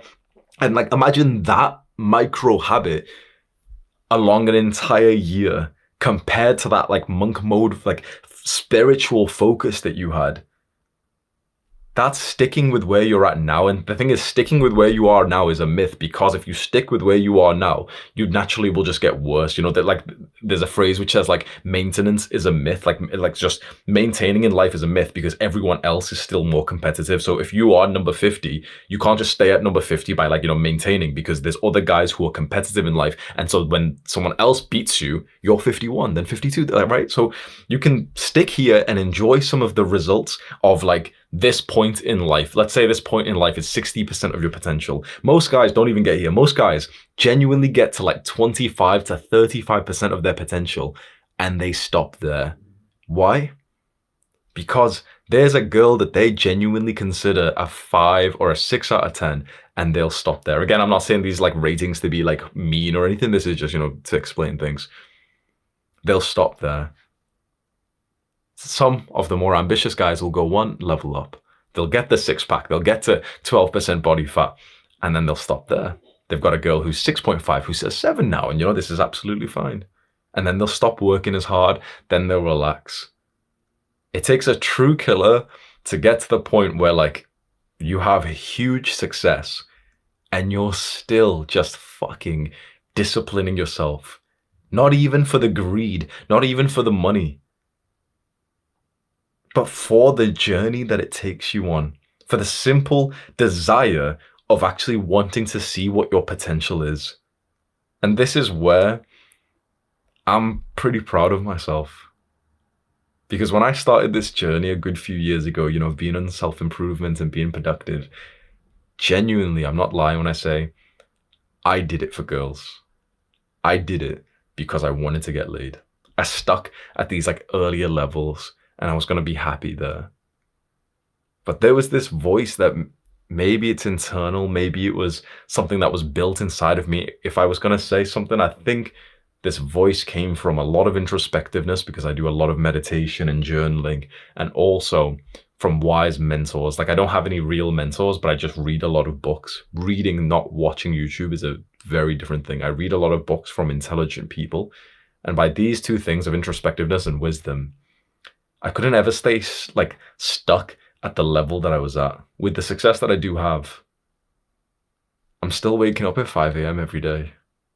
I still live at home with my parents because I did level up my life. I did stick there. I did get the apartment in Dubai. Genuinely, I moved to Dubai and everything. I did get the $10,000 a month apartment in Dubai. I did post the pictures of the Rolex and the nice shirt and everything. I did that. I did make the mistake, right? But I got myself out of it after 2 months of doing that and realizing like that's a stupid life and that it was just a distraction from what got me here.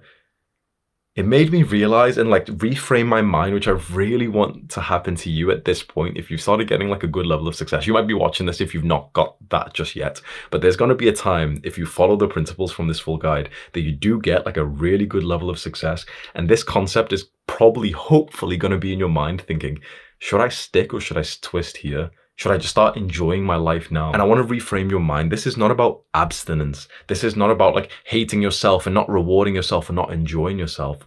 I think this is the opposite way. I think the best enjoyment in life comes from when you continuously keep disciplining yourself, not when you like reward yourself in what the modern world considers the reward.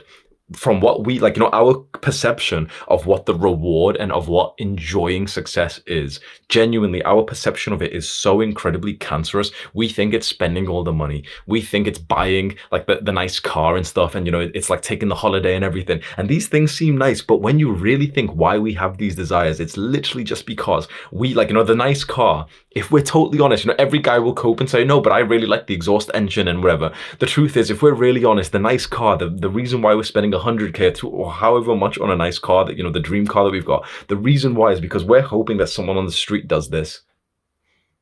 That little neck turn is why we'll go and sacrifice our future.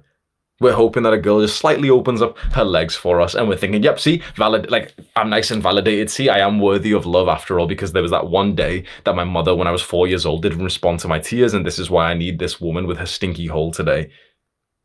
This is where most men are headed towards. And it's utterly important for you to induce some stoicism right now and to really start to clarify your desires. But I think that the best life we may be able to have is one of continuous discipline, to ever strive for more, not material success, but more from ourselves, to realize the potential that we could get to realize that it was never about these material desires, the money, the status, the subscribers. It was never about that.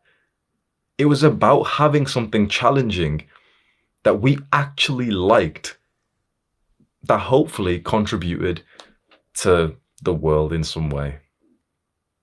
When you reframe your mind with the things you're disciplining and you start to see them purely for this thing of like, I want to challenge myself, I want to get better, I want to contribute to the world in some way, that's when I think you start to feel like you're getting rewarded every single time you work. People see you working, you're actually just playing. You see the guys who are at the absolute top of like, every niche of sport, of business, whatever. It's playtime for them. They have more fun than everyone else. Why? Because to them, it genuinely is enjoyable because they don't care about the results. When you really look at the best businessmen out there, not the ones who are the loudest, who get the most views on Instagram and, YouTube, these are like literally petty influencers. A lot of them are lying about their success. But when you see like the top tier, like we're talking hundreds of billions, fucking Sam Walton, the guy who made Walmart and that, like, Jeff Bezos and stuff, bro, they don't party. They wear the same clothes every day. They literally like to wake up and experience their life, their day-to-day. That's what their reward is. Imagine the strength of a man who what he wants out of life is his day-to-day routine compared to the strength of the man who wants the fancy car, who needs the private jet, who wants the group of women in his Instagram picture because that validates him in some way. Those things can be nice. You can say, oh, I'm just coping. I'm a brokey. I don't have those things. You can believe that if you want. But I wish my younger self was able to watch this guide, because I'd tell him one thing right now. When you use discipline consistently, you will build the success. And when you build the success, the distractions will come. And if you do get distracted by them, you'll lose the success, you'll lose the discipline, and you'll just go back down. And what a horrible life that is, to just choose this little tiny puny mountain that is nowhere near your capability to climb up and then down again. And then, a few years later when you get pissed off and you realize, oh man, I've just wasted 3 years with this degenerate woman, like this shit relationship that I'm in, and I got kind of fat again. Let's climb up the mountain again, and then let's get to like level 6 and then let's go down again. Let's get to level 6 again and let's go down again. Let's get to level 6 again and let's go down again. This is most people's experience. This is my experience for a very long time. How about getting to level 7? How about getting to level 8 and 9 and 10 and to infinity? That is how you start to find your purpose. I believe this is how you start to find God. I believe this is how you start to find like genuine fulfillment in life. So for this actionable step, let's do a visualization together. Whatever you're working hard on right now, if you imagine yourself that you finally got the real world material success that you thought that you wanted all this time. If you've been working hard in your fitness journey, maybe it's the physique, maybe it's the Instagram followers of your fitness page. If you've been working hard in business, then maybe it's the money and, it's the Instagram pictures of you and the car and the watch. Maybe it's the girl. And after a few weeks of this or months of this, how's it going to feel when you finally look back to the analytics, the data, and you realize that you've genuinely, significantly backtracked? You're not waking up at 5 a.m. anymore now, are you? Because you've already got the girl. So what's going to happen to all of the material success then? The girl, the money, the car, the likes, when you're not doing the things to maintain that. Step 5.1, slow down. A friend of mine and a very intelligent man who's really good at business, his name's Andrew Kirby, and he gave me some advice that I want to give you here. I sent him a message saying, he knows quite a lot about me and my business, and I said to him, what's some advice you'd have for me at this stage? And his advice was, slow down. That the success that I had gotten so far was probably largely due to the fact that I was quite fast. I was fast to implement things. If I had an idea like this new business or this type of video, I'd implement it very quickly, which meant that I was someone who was taking action. I was an action taker.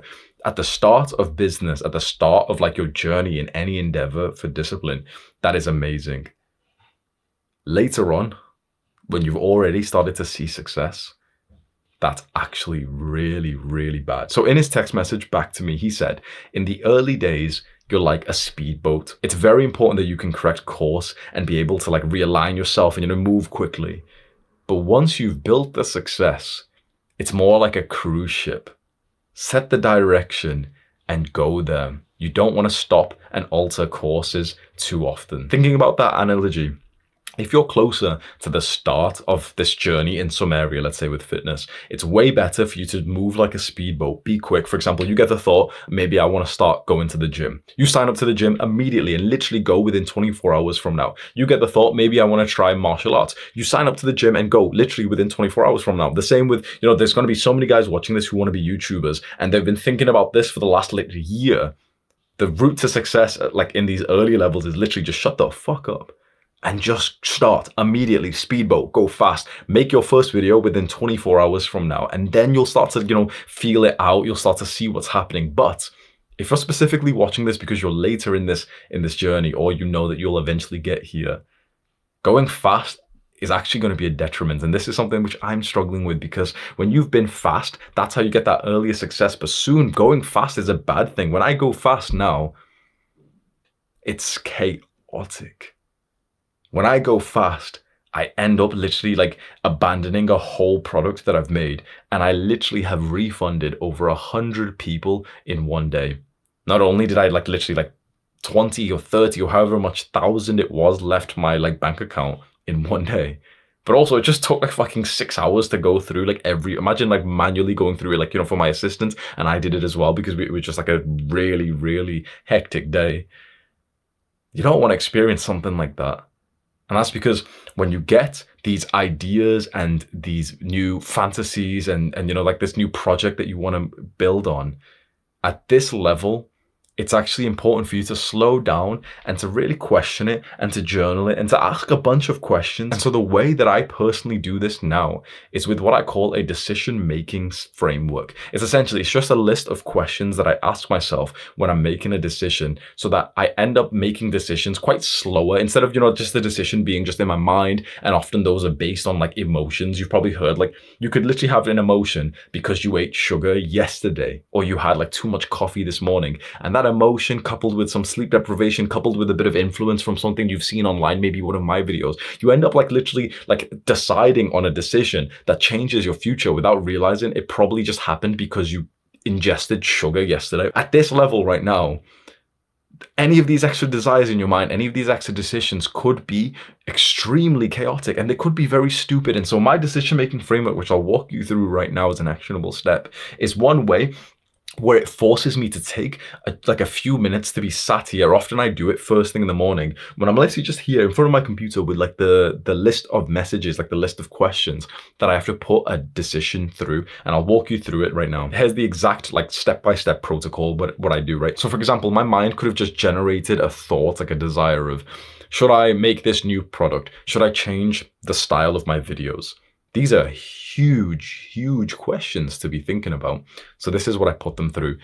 I get the thought and I come into a notes page. Doesn't matter which software you use. I literally just use the normal iPhone notes. You don't need anything fancy. And I put that as the title. I literally just write it as a question. Should I change the videos from what they are now to this new style that I'm thinking of in my mind? And this is a series of questions that I ask myself. First of all, what's the question or what's the decision to be made? Just write it out. By the way, this is probably about 50% of the battle. If you write the decision out on paper, on PC, normally you've just instantly left this weak emotional state and you're looking at it logically. So this is the most important question. Just write it out. What's the question? What's the decision? The second question is, where did this thought stem from originally? Was it something someone said to you? Something you saw from others on social media? Try and dig to find its origins. You know how important this question is? Where did this desire come from? Because sometimes I've wrote down, there was someone in the gym who was bigger than me.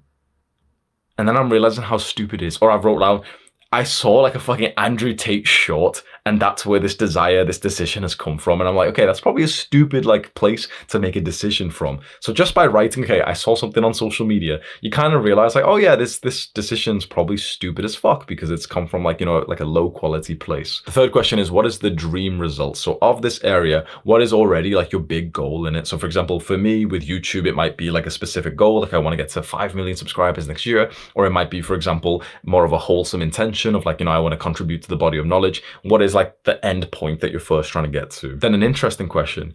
Think about alternative options to achieve the same result. So I've got the dream result, the 5 million subscribers. And the question is, should I change my videos in this style that I'm currently thinking of? But this question, think about the alternative options. Suddenly I'm bullet pointing. Well, I could probably just continue doing the same videos. I could change them completely to this new idea. I could maybe post one video with this new idea instead of changing it completely. That sounds way more like reasonable. I could, ask people on the community post what they'd think about it, and I'd probably get 1,000 replies. So that'd be pretty good data. And suddenly you start to think, okay, probably this decision that's in my mind is probably a little bit too extreme. There's alternative options that I can consider instead of needing to do this exact thing that my mind is fantasizing on. Then I have more like an actionable step for myself, which this is exactly what it reads.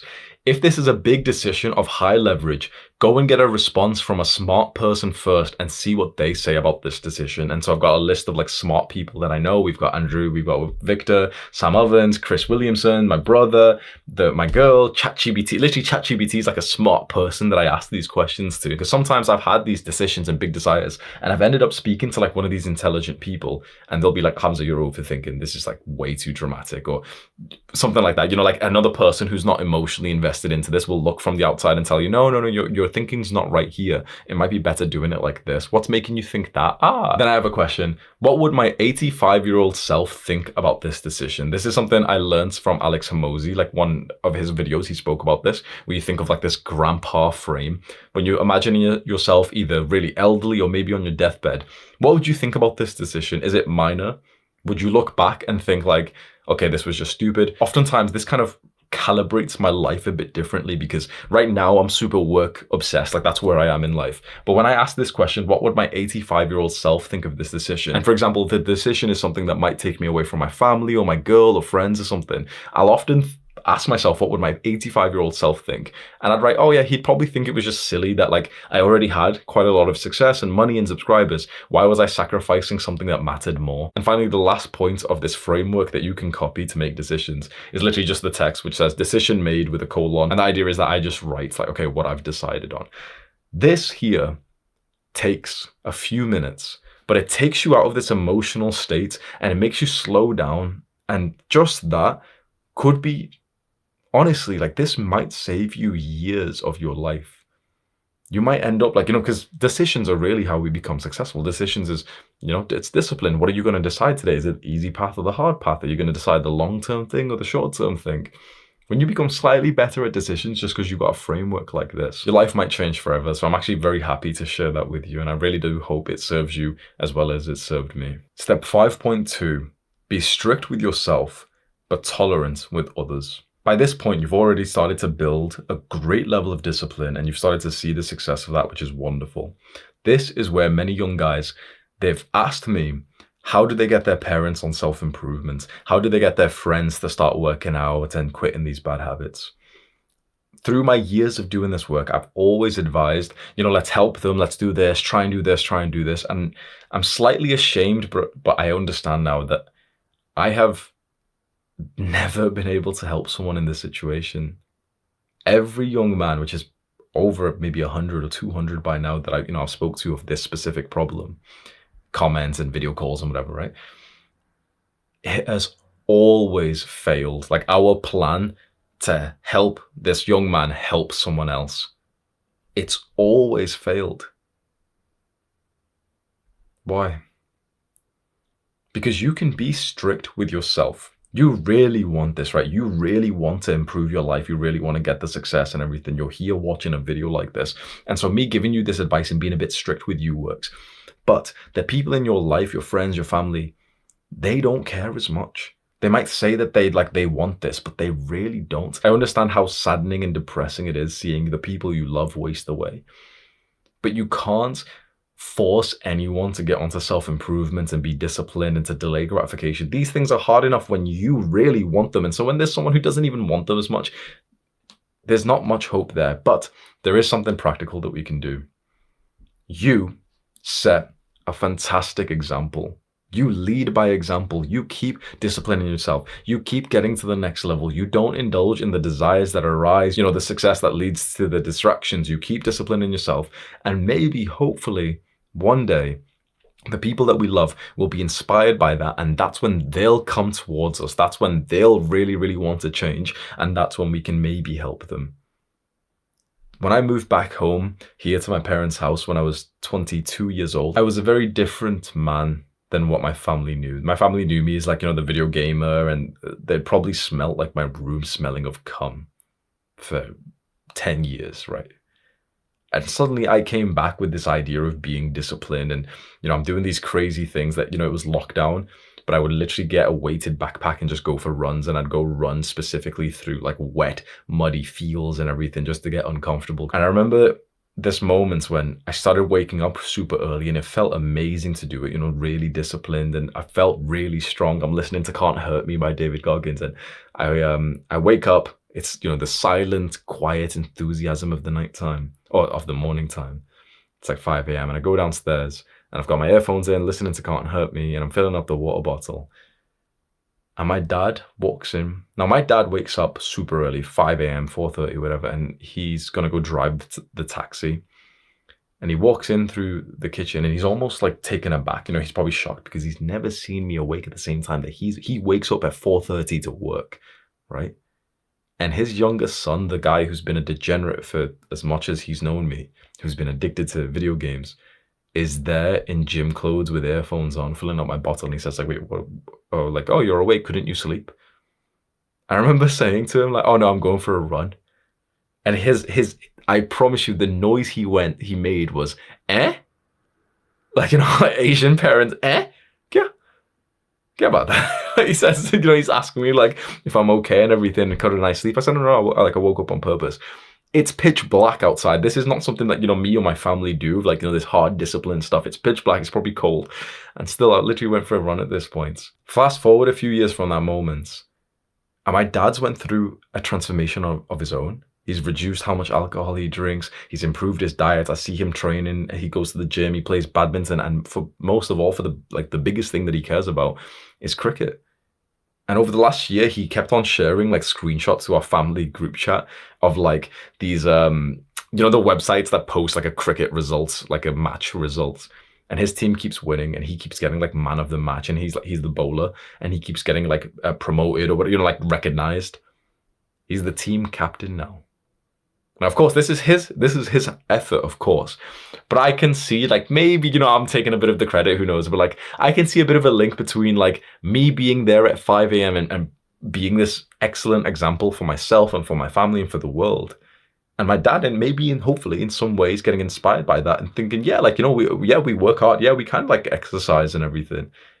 And he, like, W in the chat is what all these internet people say.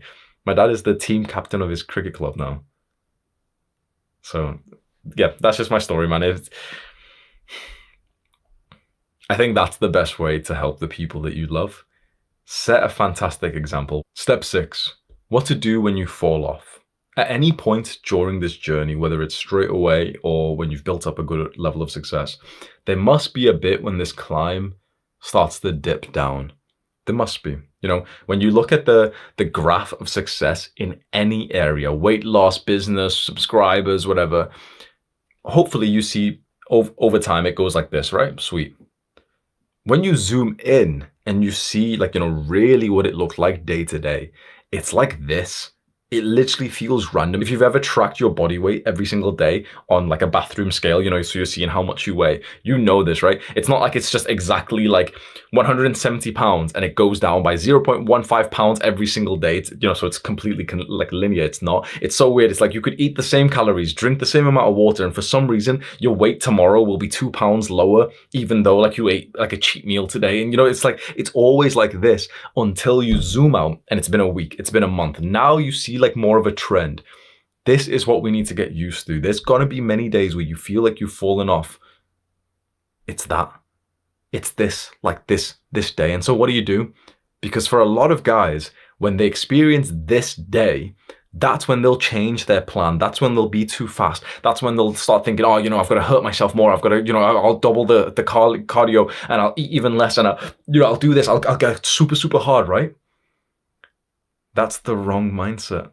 Because the better thing to do when you experience a day like this is to try your best to stick to the exact same plan as before. is to understand that some of the days are going to be like this and some of the days are going to be like that. And they'll average out if your plan was set in the right direction. Many people will change their plan on the first bad day. And then again, it's like that same concept of just moving too fast, making too many like shallow decisions, and they're all over the place and they're all like fickle with their plans and their goals. That being said, if you notice yourself falling off at least more than like a few days in a row, it's been weeks, it's been months, for example, since you last meditated. Let's say you got into meditation at some point earlier this year, and then you literally just haven't meditated in so long.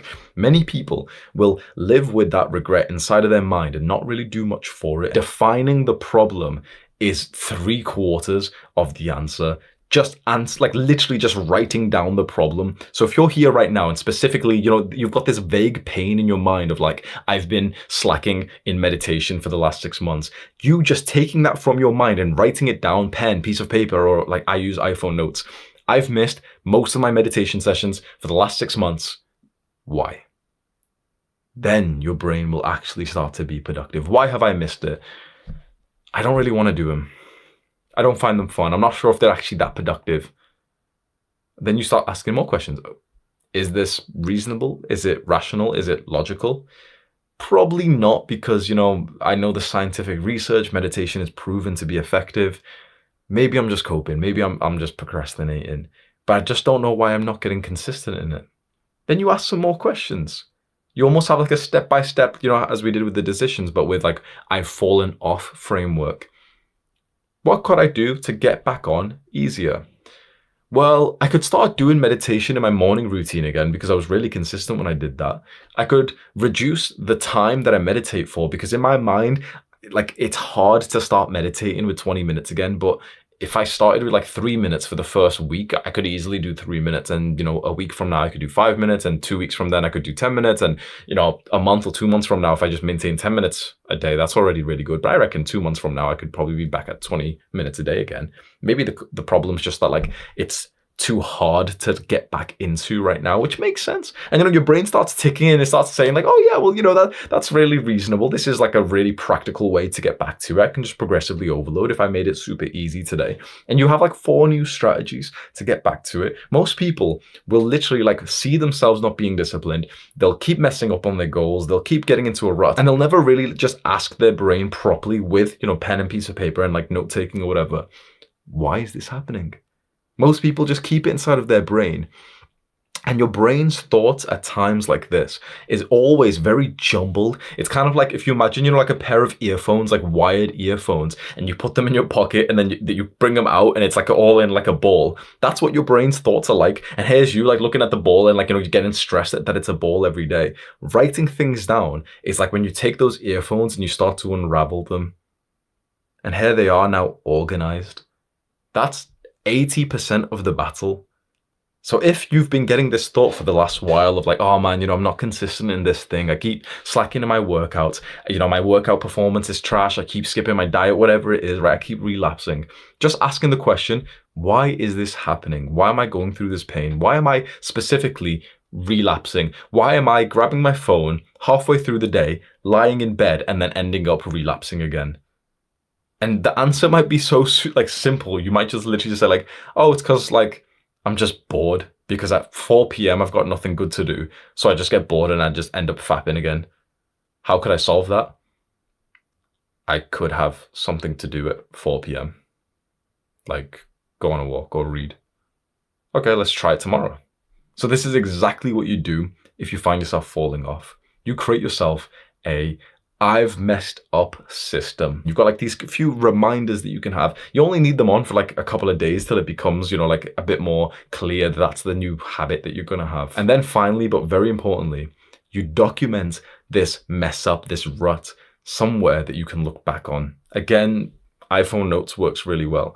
You make almost like this bank of like times that you've messed up and principles and frameworks that you've used to come out of it, so that preferably you never go through the same problem again. Imagine if you literally just literally a folder on your iPhone notes, or folder on Notion, or maybe a journal. I would suggest doing it on technology, which is rare for me to say. If you watch a bunch of my videos, you know for a fact I don't often say like, hey, do this on technology instead of paper. The reason why I suggest doing it with technology like iPhone notes or Notion, because then you can search. So if you make like a new folder in one of these like note-taking apps and have it something to do with like, I messed up in quotation marks. I messed up. You can then start to document with each time that you feel like you've messed up, what happened, why it happened, the decisions and frameworks and mindsets, and then how you were able to resolve it, if it was actually resolved, and what was the effective thing. So that this way, 6 months down the line, if you catch yourself thinking like, oh man, I've not been meditating again. Wasn't this a problem I used to have? You go to that folder, you search for meditation. Since it's a computerized system, there's a one for like how I started meditating again. You see, oh yeah, like I fell off meditation and then I got back on it because I just set an iPhone alarm and I said that I'd do 3 minutes a day.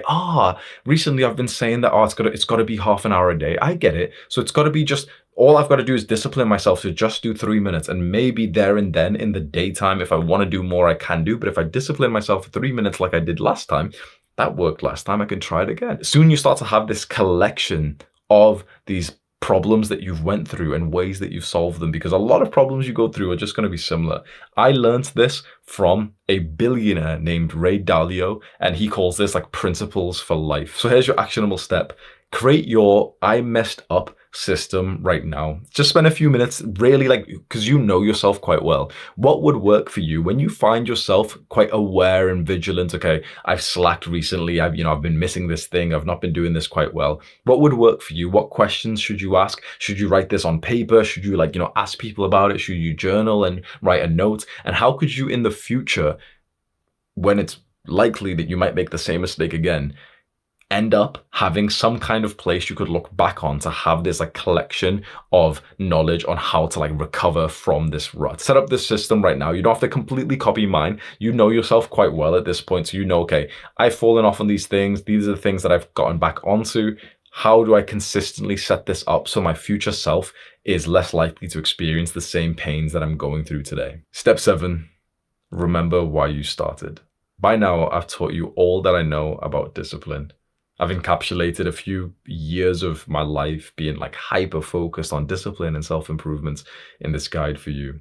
And the one final message I want to leave you with is one of purpose and direction and meaning in life. Remember why you started this journey of self-improvement and discipline, who you're doing it for, because it's not just for yourself. Level 1 thinking is like, yeah, it's myself. I want to, build more muscle and I want to make more money. Usually, the internal desire that we have is actually for other people. And so if you just close your eyes one last time with me, and you do think of like the points that you do want to get to, and other people, their lives are benefiting because of your hard work and your dedication and your discipline here. Being able to help other people and contribute to your community and help and retire your family. That's what discipline is all about. This is not only for us, but it's for our future children to not have to experience the pain of poverty. It's for our future wives who we can spoil, even though they don't, they're not materialistic, but it's like we'd be able to buy them the nice thing that they're surprised by. We'd be able to retire our future wives and our parents and our fathers who have worked so hard, and even our distant relatives, just because of the fact that they are blood related to us. Really, that's what the material success of discipline is. The one major thing that I want for my own selfish game and everything is I really want to have positive word of mouth for this full guide and for all of them that I work really hard on. So the greatest gift that you could give me in return for this work that I'm doing here is just, when it is relevant in your normal life, mention this full guide to someone. If it becomes something in your vocabulary, or, you speak to a friend and you're like, oh, you should watch Hamza's full guide on discipline. You end up commenting that somewhere in the internet, oh, watch Hamza's full guide of discipline. That would be my task here. That would mean that I've done an awesome job if this video starts spreading organically through word of mouth, because I make these full guides as part of this movement of young men who want something better out of life, who want to get onto self-improvement and experience this good, natural, healthy life that we should have in these days, again with the media and the influencers and these evil corporations of porn and everything. Not many of us get to experience the good life.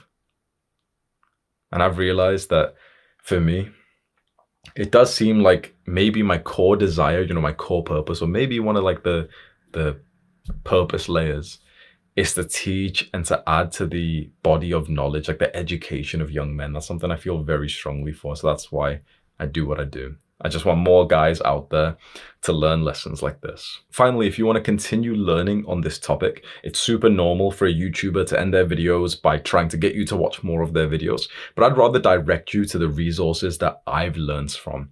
So this entire video has been inspired by the book Discipline is Destiny by Ryan Holiday. He has a list of books which genuinely like have changed my life. Another one is Ego is the Enemy by Ryan Holiday. And the one I'm currently reading is Courage is Calling, again, by Ryan Holiday. Really, really good books. The Discipline is Destiny one is super, super interesting, especially if you're somewhat interested in like spirituality and like finding out your desire, your purpose in life. That book is very good. I read the entire book, like the whole 7-8 hour book, just to make this full guide to be able to teach you better. That book, Discipline is Destiny, is linked in the description if you want to go and read it. I hope this guide serves you well. And I think that this may be the single most well-fitting time for me to say, do the hard work, especially when you don't feel like it. Mwah!